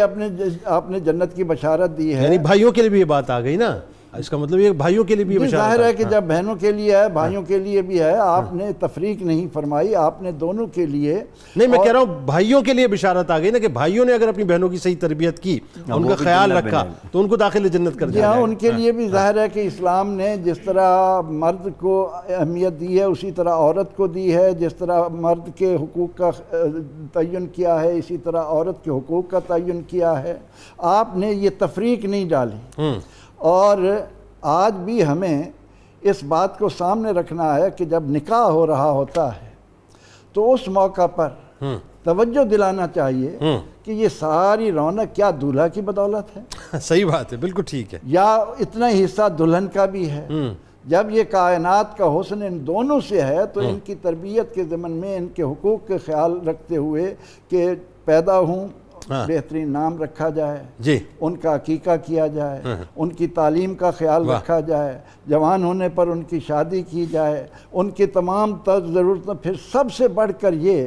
کہ بہنوں کے لیے وراثت میں شریعت نے جو حقوق کا تعین کیا ہے ان سے غفلت اختیار نہ کی جائے۔ بیٹیوں کے لیے جس طرح کیا ہے، بیٹیوں کے لیے ہم تو بیٹیوں کا سارا حصہ کھا جاتے ہیں آج کے دور میں۔ جی وہ یہی ہے نا کہ یوصیکم اللہ فی اولادکم، اللہ نے تم پر لازم قرار دیا ہے کہ اپنی وصیت اس طرح سے کرو کہ لڑکے کے لیے اگر 2 حصے ہیں تو لڑکی کے لیے 1 حصہ، اور وہ حصہ بھی ہم یہ سمجھ کر کہ جی ہم نے جہیز کے موقع پر ان کا حقوق پورے کر دیے، نہیں، اللہ تعالیٰ نے وراثت میں عورت کا جو حق رکھا ہے، آج اس بات کی شدید ضرورت ہے کہ ہم اس کا حق پوری طرح ان کو دیں، تاکہ بہنیں کسی سطح پر بھی یہ محسوس نہ کریں کہ ہم ماں باپ پر یا اپنے بہن بھائیوں کے لیے بوجھ۔ میں آپ کی بات سے مجھے اصل میں یاد آ گیا، میں پچھلے دنوں ہی پڑھ رہا تھا کہ بے انتہا کیسز ابھی بڑھتے جا رہے ہیں اس وقت ہماری کورٹس میں، اور کیسز کیا ہیں کہ جی بچیوں کی جو جائیداد ورثہ ہے ظاہر ہے وہ دینے کو ان کے بھائی غصب کر گئے، ان کے رشتہ دار غصب کر گئے، دینے کو تیار نہیں ہیں، گھر والے غصب کر گئے۔ مجھے حیرت ہوتی ہے، ابھی جو آپ حدیث پاک کا حوالہ دے رہے تھے اس میں ایک بات مجھے یاد آ گئی کہ وہ ایک مرتبہ حضرت عائشہ صدیقہ سلام اللہ علیہا کی بارگاہ میں ایک عورت آئی تھی نا جس کی 2 بچیاں تھیں، حضرت عائشہ صدیقہ سلام اللہ علیہا کے پاس ایک کھجور تھی، جی آپ نے کھجور اس کو دی اور اس نے اس کے 2 حصے کر کے دونوں بیٹیوں کے منہ میں ڈالا۔ اللہ دیکھیں نا آپ، اور پھر جب نبی اکرم رحمت عالم صلی اللہ علیہ وسلم تشریف لائے تو ام المومنین نے جب یہ سارا واقعہ ان کے سامنے رکھا تو آپ نے اس کو سراہا، آپ نے اس پر آفرین کہی کہ ہاں واقعتاً اللہ تعالیٰ نے بیٹیوں کے لیے تو یعنی سرکار نے یہاں تک فرمایا ہے کہ وہ جو حسن سلوک اس نے کیا ہے وہ بچیاں اس کی اور دوزخ کے درمیان دیوار بن جاتی ہیں، بچی کی تربیت جہنم کی آگ سے ڈھال کر اللہ اکبر، اللہ اکبر، اللہ اکبر، اللہ اکبر۔ اس پہ گفتگو کرتے ہیں پروفیسر صاحب۔ ظاہر ہے یہ ناظرین بڑا، میں آپ کو بتاؤں رشتوں کے حوالے سے بڑا زبردست آج یہ پروگرام ہے اور آپ نے مس نہیں کرنا ہے کیونکہ بہت سی باتیں ہونی ہیں۔ ظاہر ہے ابھی میاں بیوی کے حقوق کے حوالے سے بہت بات ہوگی۔ آج اگر مرد ڈیمانڈنگ ہے تو اسے بھی سوچنا چاہیے کہ فرض ادا کرنا، اور اگر عورت ڈیمانڈنگ ہے تو اسے بھی یہ سوچنا چاہیے کہ کیا اس نے حق ادا کر دیا ہے۔ پھر بھائیوں کا آپس میں جو تعلق ہے، ایک دوسرے کے خون کے دشمن ہوئے ہوئے ہیں، یعنی ایون اگر آپ دیکھیں کہ اولادوں کے معاملے میں ہمیں کیا کرنا چاہیے، اس پہ بھی گفتگو کرتے ہیں۔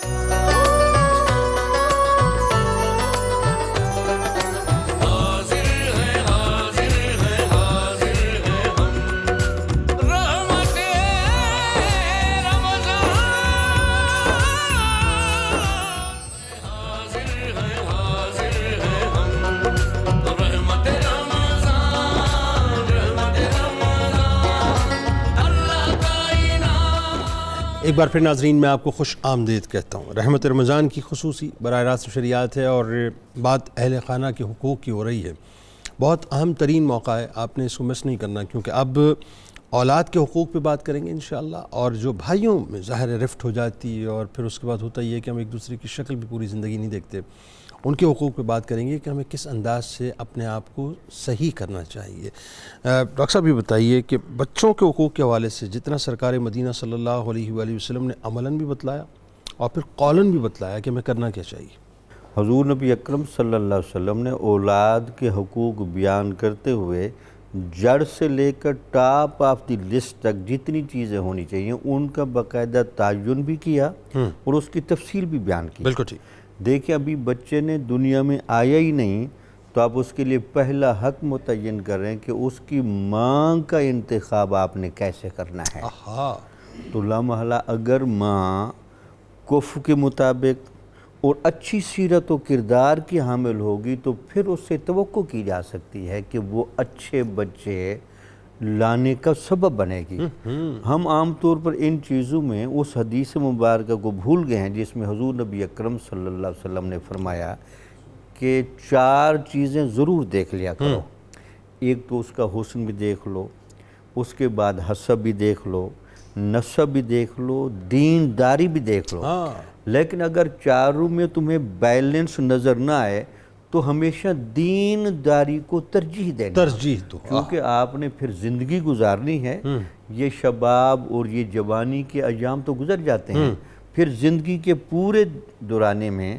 اس عورت کی سیرت و کردار کے اثرات پڑتے ہیں اور وہ بچوں پہ پڑتے ہیں، وہ بچوں پر پڑتے ہیں۔ بالکل ٹھیک۔ ایک تو آپ نے اس کو بیان فرمایا۔ دوسرا آپ نے دیکھیں کہ اگر بچہ ماں کے پیٹ میں آنے کے بعد وہ دورانیہ گزار بیٹھے کہ جب وہ باقاعدہ حمل ہو جائے، استقرار حمل، تو اس صورت میں اس کو ضائع کرنے کی اجازت نہیں، بلکہ قرآن نے اس کو موضوع بنایا اور یہ جملے ادا فرمائے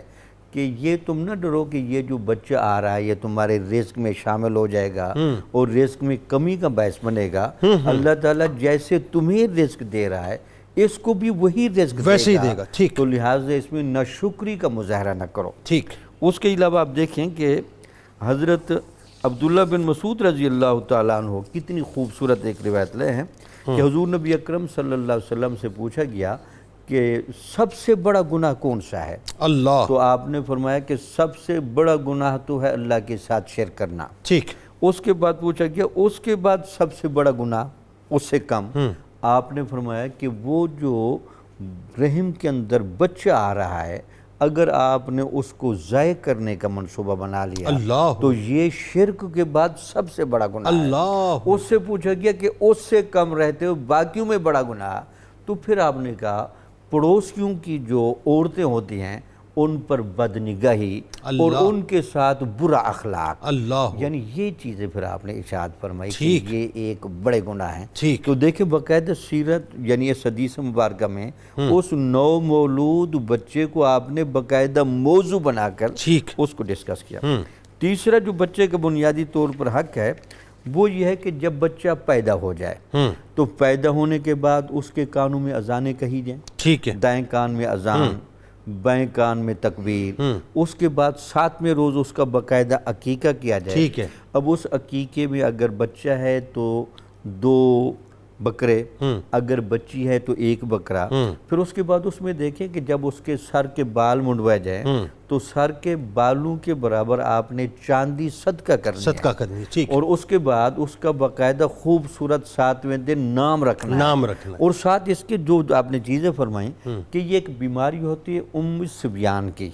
وہ بیماری صرف ہوتی ہے. اچھا. اور یہ بچہ گر بھی ہوتا ہے قدرت الہیہ کے تحت. اللہ. کہ آپ نے اس صدقے کے ذریعے اس بچے کے گروی ہونے کو چھڑانا ہے. تو اس کا مطلب یہ ہے کہ اللہ تعالیٰ کا نبی بچے کی شروع میں روحانی حفاظت کا بندوبست بھی کر رہے ہیں. لائیے دنیا کا کوئی مذہب جو اس طرح سے اس لیول پہ جا کے حقوق بیان کرتا ہو. بالکل ٹھیک. اور لائیے کوئی ہستی جو مطلب بیان کرتی ہو. کوئی شخصیت نہیں دنیا میں سوائے سرکار مدینہ صلی اللہ علیہ وسلم. اب اس کے بعد بچہ پرورش کے مراحل میں آ رہا ہے تو اس کا حق کے رضاعت و حضانت. ٹھیک ہے. یعنی بچے کو بلوغ تک اور بڑھانے میں ماں کا بنیادی پہلے تو 2 سال تک ماں نے جو ہے اسے دودھ پلانا ہے. اس کو دودھ پلانا وہ اس کا حق ہے. وہ اس کا حق ہے. ٹھیک ہے. اس کے بعد اس کا اگلا حق یہ ہے کہ اس کی آپ نے شروع سے تعلیم و تربیت پر بڑی گہری نظر رکھنی ہے.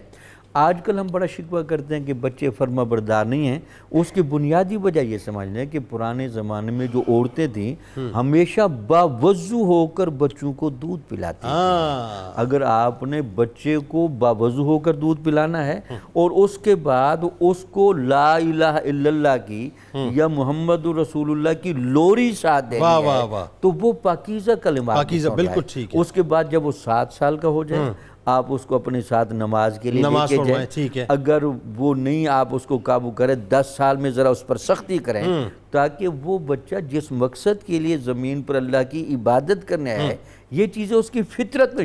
شامل ہیں. اس کو پروموٹ کریں. اس کے بعد پوری زندگی اس بچے کے ساتھ ہمیشہ شفقت احترام کے ساتھ بچے کا نام لیں. اس کو ڈسکریج نہ کریں. اگر بچہ کہیں غلطی کرتا ہے تو اس پر سختی کی بجائے اس کی انسانی فطرت کو پروموٹ کریں. اس کو بتائیں جی آپ کتنے اچھے ہیں. میں سمجھتا ہوں نفسیات کے ماہرین حضور نبی اکرم صلی اللہ علیہ وسلم سے جتنے بھی بچے ملتے تھے آپ ان سے اتنا لاڈ کرتے تھے. ان سے زیادہ کوئی بڑا ماہر نفسیات ہو سکتا ہے. یعنی پھر اس کے بعد آپ بہترین تعلیم دیں اور اس کا تعلیم کے بعد اس کا نکاح کا انتظام کریں. اس کی نکاح کا انتظام کیونکہ خدا نخواستہ اگر وہ کوئی گناہ کا ارتکاب کرتا ہے تو وہ پھر آپ کے ذمہ پڑے گا. بالکل ٹھیک. بالکل تربیت میں کوتاہی کی تو وہ اس وجہ سے. بالکل ٹھیک ہے. وقت چونکہ سمٹ گیا پروفیسر صاحب یہ فرمائیے آپ بھائیوں کے حوالے سے خاص طور پہ دیکھنے والے اس وقت ظاہر دنیا بھر میں دیکھ رہے ہیں اور بہت سے ایسے لوگ ہیں آپ کو پتہ ہے فیملیز میں آج کل جو آوازیں آتی ہیں کہ صاحب بھائی بھائی سے جدا ہو گئے ایک دوسرے پہ خون حرام کر دیا اور جنازے حرام کر دیے پتہ نہیں کیا کیا ہو جاتا ہے. اور فائنلی یہ بتائیے پھر اس کا کرکس پورا کہ اہل خانہ کے اگر حقوق کوئی شخص پورے نہیں کرتا چاہے وہ مرد ہے یا عورت ہے واٹس ایور جو بھی رشتہ ہے اس کا تو اس کے لیے وعیدیں کیا ہیں؟ یقینی طور پر پہلی بات تو ہمیں یہ ذہن میں رکھنی چاہیے کہ کائنات کے اندر والدین کے لیے اولاد سے بڑھ کر کوئی حسین ترین اور شیریں ترین پھل نہیں ہے. بالکل ٹھیک. اس لیے اسلام نے اس طرف ہمیں خوب توجہ دلائی. پہلی بات ہم کہتے ہیں نا کہ ہر فرد ملت کے مقدر کا ستارہ. بالکل ٹھیک.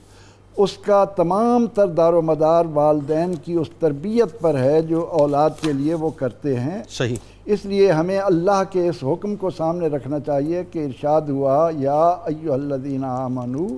قوا انفسکم واہلیکم نارا. اپنے آپ کو بھی اور اپنے گھر والوں کو بھی آگ سے بچاؤ، بالکل ٹھیک، ان سے آگ سے بچاؤ۔ پھر نبی اکرم رحمت عالم صلی اللہ علیہ وسلم نے فرمایا، حضرت انس رضی اللہ عنہ راوی ہیں، کہ آپ نے حکم دیا کہ اپنی اولاد کا احترام اور اکرام کرو۔ اب اس کے بعد جو بھائیوں کی صورت میں ایک سلسلہ آگے بڑھتا ہے، اس میں اسلام ہم پر لازم قرار دیتا ہے کہ ان کے درمیان عدل و مساوات یہ ہمیشہ رہے۔ بالکل ٹھیک۔ بیٹی اور بیٹے کے تعلیم دلانے میں، ان کو اخلاق سکھانے میں کوئی امتیاز نہ برتا جائے۔ ان کے لیے ہم جتنی سہولتیں لا رہے ہیں، جتنی بیٹوں کو دے رہے ہیں، اتنی بیٹیوں کے لیے بھی، کہ یہ بہن بھائی ہیں، ان کے درمیان بڑے ہو کر کسی قسم کا ذہنی تفاوت نہ آنے پائے۔ اور اس کے بعد ہے ان کے ساتھ حسن سلوک۔ اب حسن سلوک کے ضمن میں حضور سید عالم صلی اللہ علیہ وسلم کا حقیقی بھائی اللہ تعالیٰ نے دنیا میں نہیں بھیجا، لیکن ہم دیکھتے ہیں کہ رضائی بہن شیامہ، حضور علیہ السلام نے ان کے ساتھ کیسا حسن سلوک کیا، اس کی تفصیل میں وقت چاہیے۔ پھر یہ کہ حضرت علی کرم اللہ وجہ آپ کے چچا زاد بھائی ہیں، بالکل ٹھیک ہے، تو آپ صلی اللہ علیہ وسلم نے اپنے بھائی علی کے ساتھ یا عقیل کے ساتھ یا جعفر کے ساتھ حسن سلوک کے جو نمونے ہمیں عطا فرمائے ہیں۔ اس کے بعد یہ ہے کہ اگر بھائیوں کی طرف سے کسی قسم کی کوئی کوتاہی ہوئی ہے تو ان سے آنکھیں موڑ لینا، آنکھیں پھیر لینا، ان سے قطع تعلق کر لینا، ان چیزوں کو بجائے درگزر سے کام لیا جائے۔ اور اس کی بہترین مثال اسلام نے ہمارے سامنے برادران یوسف کی صورت میں رکھی۔ واہ واہ واہ واہ واہ، کہ سب کچھ ہونے کے بعد بھی معاف کر دیا، معاف کر دیا۔ تو اس چیز کو بھی ہم سامنے رکھیں۔ تیسری چیز یہ ہے کہ ہم ان کے لیے دعا کریں، دعائے خیر کرنا بہن بھائیوں کے لیے، یہ بھی ہمارے اخلاق میں شامل ہونا چاہیے۔ اور اگر کسی کا کوئی بھائی دنیا سے چلا گیا ہے تو جس طرح ہم والدین کی مغفرت کے لیے دعا کرتے ہیں، بھائیوں کے لیے بھی دعا کریں۔ اور اس ضمن میں ایک اور بات جو اہم ہے، بڑا بھائی اس کو والد کا درجہ دیا، بالکل ٹھیک، اس کو یہ احترام ملنا چاہیے۔ پھر یہ کہ ہم باہمی رابطے کو مضبوط رکھیں، ٹھیک ہے، تعلق کو کٹنے نہ، اہل خانہ کے ساتھ اگر ہم حقوق پورے نہیں کرتے تو اس کے لیے کیا ہے؟ نبی اکرم رحمت عالم صلی اللہ تعالی علیہ وسلم نے اس ضمن میں ہمیں یہ اللہ تعالیٰ کی طرف سے وعید سنائی ہے کہ وہ سخت عذاب کے مستحق ہوں گے۔ اور پھر یہ کہ دنیا کے اندر ہی ہم دیکھتے ہیں کہ اس قطع تعلق کی بنا پر خاندان کے خاندان اجڑتے چلے جاتے ہیں۔ بالکل ایسے،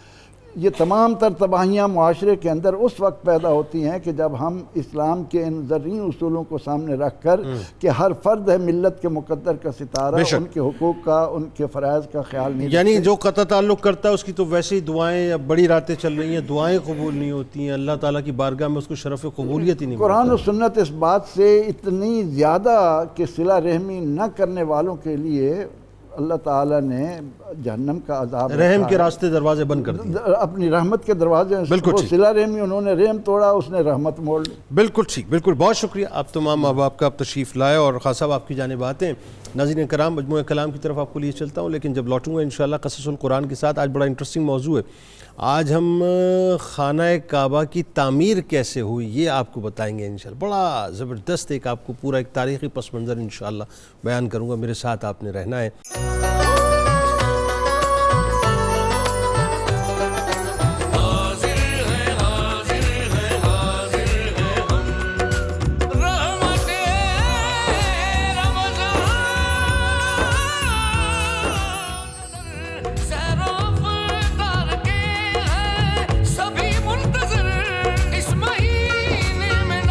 خوش آمدید خواتین و حضرات، آئیے صاحب آپ کو لیے چلتے ہیں اب قصص القرآن کی جانب۔ اور آج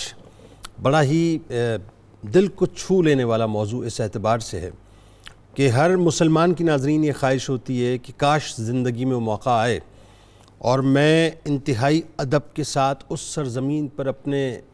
وجود کو لے کر جاؤں، گناہوں سے بھرے وجود کو لے کے جاؤں، یا یوں کہیے کہ گناہوں سے لبریز وجود کو لے کر جاؤں، جہاں جانے کی تمنا ہر مسلمان کرتا ہے، یعنی مکہ معظمہ کی سرزمین ناظرین۔ اور مکہ معظمہ میں بھی دلوں کی دھڑکن بہت تیز ہو جاتی ہے جب انسان دبے لچے قدموں کے ساتھ آہستہ آہستہ اپنے گناہوں کے بوجھ کو اپنے کاندھوں پر ڈال کر اس تیقن کے ساتھ چلتا ہے کہ اب وہ لمحہ آہستہ آہستہ میری نگاہوں کے سامنے آنے والا ہے کہ جب میں سر کو اٹھاؤں گا اور میرے سامنے خانہ کعبہ ہوگا۔ اور وہ بھی منظرنامہ ناظرین بڑا عجیب ہوتا ہے جب وہ اس تصور سے خانہ کعبہ کو دیکھتا ہے کہ جو پہلی دعا میں مانگوں گا وہ دعا قبول ہوگی اور یقیناً میرا رب قبول کرنے والا ہے، اور وہ بھی منظرنامہ بڑا حسین ہوتا ہے کہ جب وہ طواف کا آغاز کرتا ہے اور طواف اس سوچ کے ساتھ کرتا ہے کہ ایک وقت وہ بھی تھا جہاں رسول کریم صلی اللہ علیہ وآلہ وسلم نے اس گھر کا طواف کیا تھا، پھر وہ بھی ایک منظرنامہ بڑا عجیب ہوتا ہے ناظرین کہ جس وقت وہ حجر اسود کو بوسہ دیتا ہے اس محبت کے ساتھ کہ اس حجر اسود کو سرکار مدینہ صلی اللہ علیہ وآلہ وسلم نے اپنے لبھائے مبارک کا شرف بخشا ہے، وہ بھی منظر بہت حسین ہوتا ہے ناظرین۔ جب مقام ابراہیم پہ وہ دو گانا ادا کرتا ہے اس حلاوت کے ساتھ کہ یہاں حضرت ابراہیم علیہ السلام کے نقش پا موجود ہیں، اور وہ بھی منظر بڑا حسین ہوتا ہے صاحب کہ جس وقت وہ آب زمزم کو پیتا ہے اس سوچ کے ساتھ کہ یہ ٹھوکروں کا صدقہ ہے حضرت اسماعیل علیہ السلام کی، اور وہ بھی بڑا حسین منظر ہوتا ہے ناظرین جب وہ صفا اور مروہ کی سعی کرتا ہے بی بی ہاجرہ سلام اللہ علیہا کی سنت کو پورا کرتے ہوئے۔ تو آج ناظرین بنیادی طور پہ میں اس وقت آپ کو بتا نہیں سکتا کہ میری کیفیت کیا ہے، آج آئیے چلتے ہیں ذرا خانہ کعبہ کی تعمیر کی بات کرتے ہیں اور تھوڑا اپنے دل کے اندر ایک روحانی کیف و سرور پیدا کرنے کی کوشش کرتے ہیں۔ ناظرین کرام، سیدنا آدم علیہ السلام جب ظاہر جنت سے تشریف لائے تو آپ نے بارگاہ الہی میں عرض کیا کہ یا اللہ میں یہاں نہ تو ملائکہ کی تسبیح و تکبیر سنتا ہوں، نہ کوئی عبادت گاہ دیکھتا ہوں جیسے کہ آسمان میں بیت المعمور دیکھتا تھا جس کے ارد گرد ملائکہ طواف کیا کرتے تھے۔ تو اللہ تبارک و تعالیٰ نے ارشاد فرمایا کہ جاؤ ہم جہاں نشان بتاتے ہیں وہاں کعبہ بنا کر اس کے ارد گرد طواف بھی کر لو اور اس کی طرف نماز بھی ادا لو۔ حضرت جبرائیل علیہ السلام سیدنا آدم علیہ السلام کی رہبری کے لیے ناظرین ان کے ساتھ چلے اور انہیں وہاں لائے جہاں سے زمین بننی تھی، یعنی خانہ کعبہ کی جگہ پر سب سے پہلے پانی پر جھاگ اور پھر جھاگ سے زمین کی ابتدا ہوئی۔ حضرت جبرائیل علیہ السلام نے وہاں اپنا پر مار کر ساتوں زمین تک اس میں بنیاد ڈال دی، یعنی روایتوں میں آتا ہے کہ یہ جو جگہ آپ ناظرین دیکھتے ہیں نا خانہ کعبہ کی، یہ ساتوں زمین کی تہہ تک اس کی فاؤنڈیشن ڈالی گئی ہے، جس کو ملائکہ نے ناظرین 5 پہاڑوں کے پتھروں سے بھرا، یعنی کوہ لبنان، کوہ طور، کوہ جودی سے، یعنی اس کی بنیاد بھر کر وہاں نشان لگا دیا اور چاروں طرف جو ہے اس کی دیوار اٹھا دی گئی۔ اس طرف ناظرین منہ کر کے حضرت آدم علیہ السلام نماز پڑھتے رہے اور اس کا طواف بھی ساتھ ساتھ کرتے رہے۔ بعض روایات میں آیا ہے کہ بیت المعمور کو اس کی بنیاد پر رکھ دیا گیا اور طوفان نوح علیہ السلام میں بیت المعمور کو اٹھا لیا گیا اور کعبے کی جگہ اونچے ٹیلے کی طرح کر دی گئی، لوگ یہاں آتے رہے اور برکت کے لیے یہاں سے دعائیں کرتے رہے۔ حضرت ابراہیم علیہ السلام نے ناظرین جب حضرت سیدہ ہاجرہ سلام اللہ علیہا اور اپنے بیٹے حضرت اسماعیل علیہ السلام کو یہاں چھوڑا اور اس کے بعد یہاں آبادی قائم ہو گئی، تو سیدنا ابراہیم علیہ السلام کو حکم دیا گیا کہ اپنے بیٹے اسماعیل علیہ السلام کو لے کر کعبے کو تعمیر کرو۔ ایک بادل کا ٹکڑا بھیج کر کعبۃ اللہ کی حد کو واضح کر دیا گیا، یعنی اللہ کے حکم کے مطابق وہ چلے، ایک بادل کا ٹکڑا آیا، جہاں آ کے وہ ٹکڑا رکا، اب وہ وسینٹی کا تعین ہو گیا کہ اس کے نیچے خانہ کعبہ کو تعمیر کیا جائے گا، اور جبرائیل علیہ السلام نے ناظرین خط کو کھینچ دیا۔ حضرت ابراہیم علیہ السلام نے حضرت آدم علیہ السلام کے زمانے کی بنیادوں پر ہی عمارت تعمیر فرمائی۔ کعبہ شریف کی ناظرین بلندی بتایا جاتا ہے کہ 9 ہاتھ ہے، رکن اسود سے رکن شامی تک 33 ہاتھ ہے، رکن غربی سے رکن یمانی تک 31 ہاتھ ہے، رکن یمانی سے رکن اسود تک تقریباً 20 ہاتھ ہے، اور رکن شامی سے رکن غربی تک 22 ہاتھ ہیں، یعنی کعبہ اس وقت مستطیل کی شکل میں تھا۔ 2 دروازے ناظرین بنائے گئے جو زمین کے ساتھ ملے ہوئے تھے۔ بعد میں تبہ حمیری جو بادشاہ تھا ناظرین، آپ کو پتہ ہے وہ 1000 برس پہلے آیا تھا، اس نے غلاف بھی چڑھایا تھا، یعنی تکریم کی تھی، اور ساتھ ساتھ وہ مدینہ شریف گیا تھا تو مدینے کو بھی اس نے آباد کیا تھا ابتدا میں۔ تو اس کے زمانے میں ناظرین دروازے میں اور زنجیریں لگانے کا جو اہتمام ہے وہ باقاعدہ کیا گیا۔ حضرت ابراہیم علیہ السلام کعبۃ اللہ کی تعمیر فرما رہے تھے اور اسماعیل علیہ السلام پتھر گارا وغیرہ لا کر دے رہے تھے، یعنی کس شان سے آپ سوچئے ناظرین کہ اللہ تبارک و تعالیٰ نے اس گھر کو تعمیر فرمایا ہے کہ اللہ کا نبی معمار اور اللہ کا نبی ہی معاون ہے۔ آپ علیہ السلام کی تعمیر کے بعد جزوی طور پر مختلف اوقات میں ناظرین اس کی تعمیر ہوئی۔ ایک مرتبہ عمالقہ اور جرہم نے اسے تعمیر کیا، یہ قوم عمالقہ اور قوم جرہم کی بات ہو رہی ہے ناظرین۔ اس کے بعد قصی بن کلاب نے اس کی تعمیر کی، جس میں چھت درخت مقل کی لکڑی کی بنائی گئی، جس پر بجائے تختوں کے خرمے کی لکڑی ڈالی گئی۔ ایک عورت ناظرین، اب کچھ قصہ اس طرح سے ہوا تھا کہ آپ کو پتہ ہے کہ یہاں پہ شعلے بھی بھڑک اٹھے تھے خانہ کعبہ میں، تو قصہ یہ تھا کہ ایک عورت کعبہ شریف خوشبو سلگاتی تھی، ایک بار ناظرین اچانک اس سے شعلہ اٹھا اور چھت جل گئی، اور دیواریں پہلے ہی ظاہر چونکہ بوسیدہ ہو چکی تھی، اس لیے قریش نے فیصلہ کیا کہ مکمل طور پہ اس کی نئی تعمیر کی جائے۔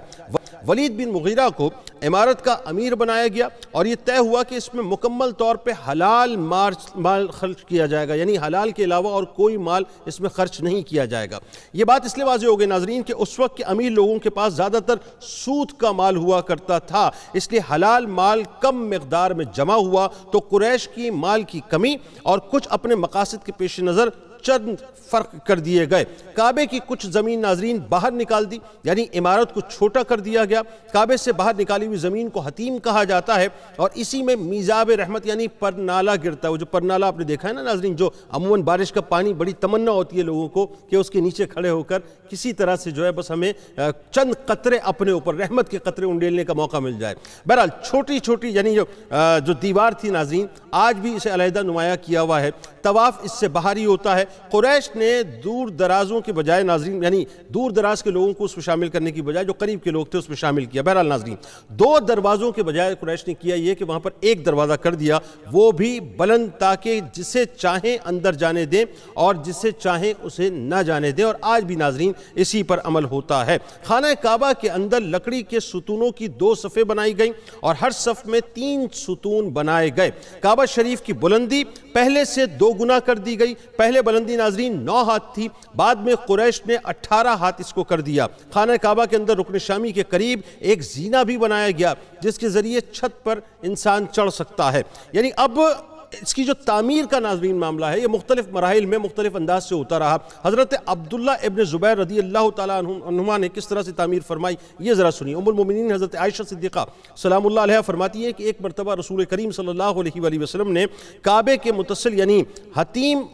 بنیاد جو ہے مطلب ابراہیمی مقام ابراہیمی کی ناظرین وہاں پر پتھر مجتمع کیے یعنی مجھے دکھائے اور فرمایا کہ قریش نے اس میں کمی کر دی تھی۔ لوگ اگر نئے نئے مسلمان نہ ہوتے اور ان کے جذبات بھڑکنے کا اندیشہ نہ ہوتا تو میں سیدنا ابراہیم علیہ السلام کی رکھی ہوئی بنیادوں پر کعبۃ اللہ کی دوبارہ تعمیر کر دیتا۔ اسی روایت کی بنیاد پر حضرت عبداللہ ابن زبیر رضی اللہ تعالی عنہ نے کعبہ شریف کو منظم کر کے دوبارہ تعمیر کیا۔ حتیم کو کعبے میں داخل کیا، دروازے 2 بنائے جو زمین کے متصل تھے، خوشبودار مٹی چونے میں ملا کر ناظرین گارا لگایا گیا۔ دور دراز سے جو لوگ آئے ہوئے تھے وہ بھی اس میں شامل ہوئے، یعنی دروازوں پر پھر اس کے بعد ناظرین اندر باہر امبر لگا کر خوشبودار اس کو کیا گیا۔ نہایت قیمتی غلاف اس پر چڑھایا گیا۔ خیال رہے کہ سب سے پہلے کعبہ شریف کو غلاف چڑھانے والے کا نام اسد تھا جو شاہ یمن تھا اور تبا کے لقب سے مشہور تھا جیسے میں نے آپ کو بتایا،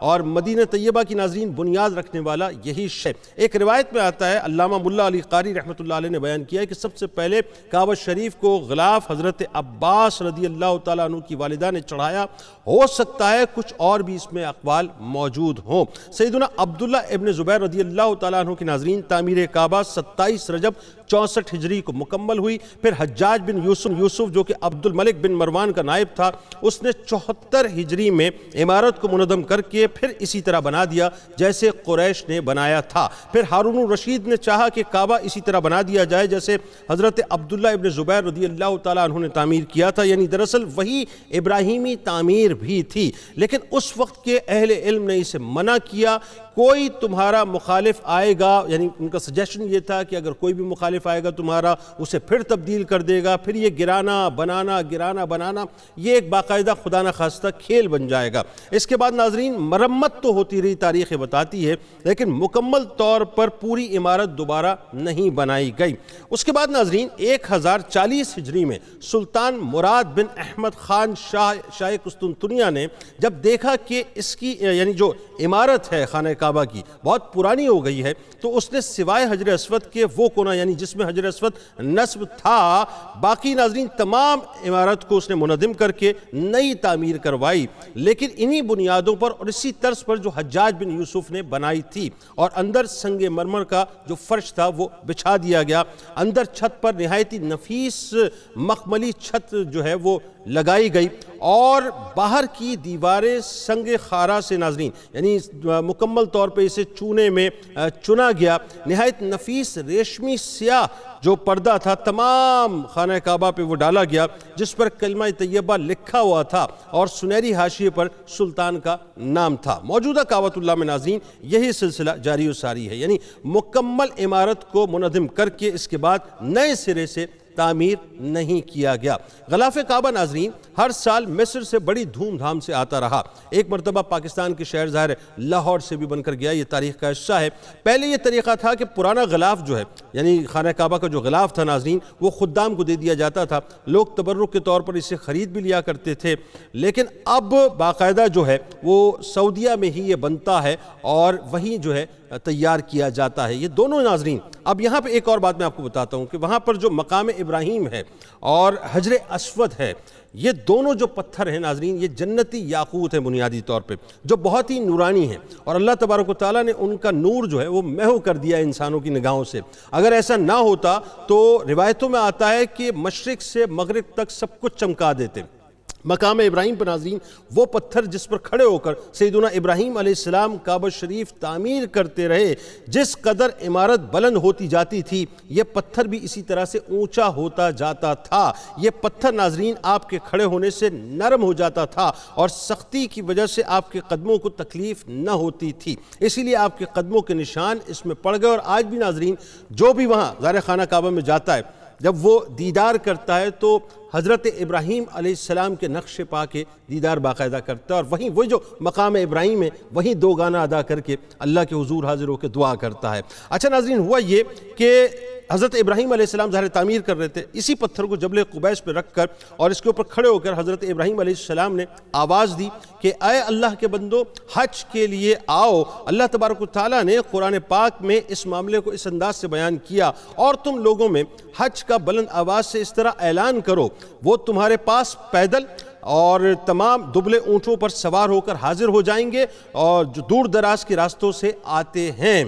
آپ علیہ السلام کے ناظرین اس اعلان کے بعد ان تمام لوگوں نے لبیک کہا، جنہوں نے بھی حج کرنا تھا، جس نے جتنی مرتبہ حج کرنا تھا اتنی ہی مرتبہ لبیک کہہ دیا۔ ماؤں کے رحموں میں اور آباؤں کی پشتوں میں سے تا قیامت آنے والوں نے لبیک کہا۔ حضور نبی کریم صلی اللہ علیہ وآلہ وسلم نے جب مقام ابراہیم کی عظمت کو بیان کیا تو سیدنا عمر فاروق رضی اللہ تعالیٰ عنہ نے عرض کیا، کم اس کے پیچھے نماز نہ ادا کر لیا کریں، یعنی ان کی چاہت تھی حضرت عمر فاروق رضی اللہ تعالیٰ عنہ کی۔ ظاہر ایک غلام، ایک عاشق جب سرکار مدینہ صلی اللہ علیہ وآلہ وسلم سے ان کے جد کے بارے میں سن رہا ہو ناظرین، تو سوچئے دل میں کیف و سرور کی کیفیت کیا ہوتی ہے۔ یہ حضرت عمر فاروق رضی اللہ تعالیٰ عنہ کی درخواست تھی سرکار علیہ السلام کی بارگاہ میں، تو حضور نبی کریم صلی اللہ علیہ وآلہ وسلم نے وحی کے انتظار تک خاموشی اختیار کی، لیکن اسی دن اللہ تبارک و تعالیٰ کی طرف سے آیت کریمہ کا نزول ہوا، ارشاد ہوا اور حکم دیا کہ مقام ابراہیم کو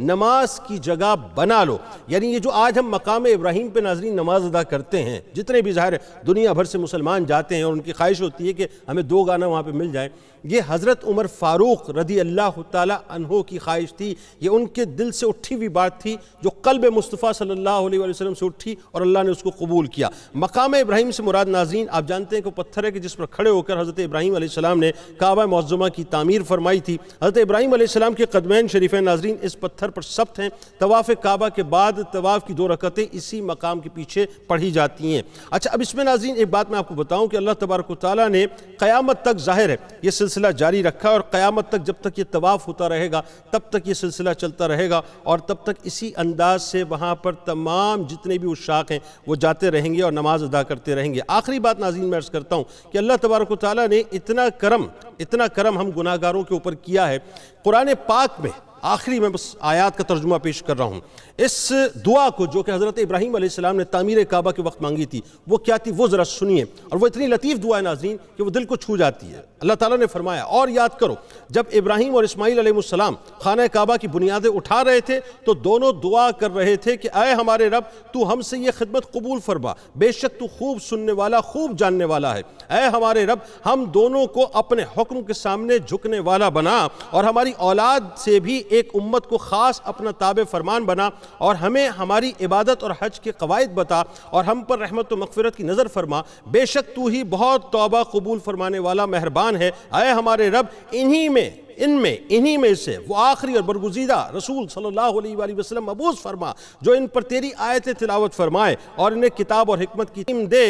اور دانائے راز بنا دے اور ان کے نفوس و قلوب کو خوب پاک صاف کر دے، بے شک تو ہی غالب حکمت والا ہے۔ یعنی یہ بھی حضرت ابراہیم علیہ السلام کی دعا ہے جو سرکار مدینہ صلی اللہ علیہ وآلہ وسلم کی صورت میں اللہ تعالیٰ نے ہمیں نعمت عظمیٰ عطا فرمائی۔ انشاءاللہ زندگی رہی تو شام 4 بجے افطار کی براہ راست نشریات میں حاضر ہوں گا، اس دعا، اس امید، اس یقین کے ساتھ کہ اللہ تعالیٰ آپ کا، ہمارا، ہم سب کا حامی و ناصر ہو۔ اللہ حافظ۔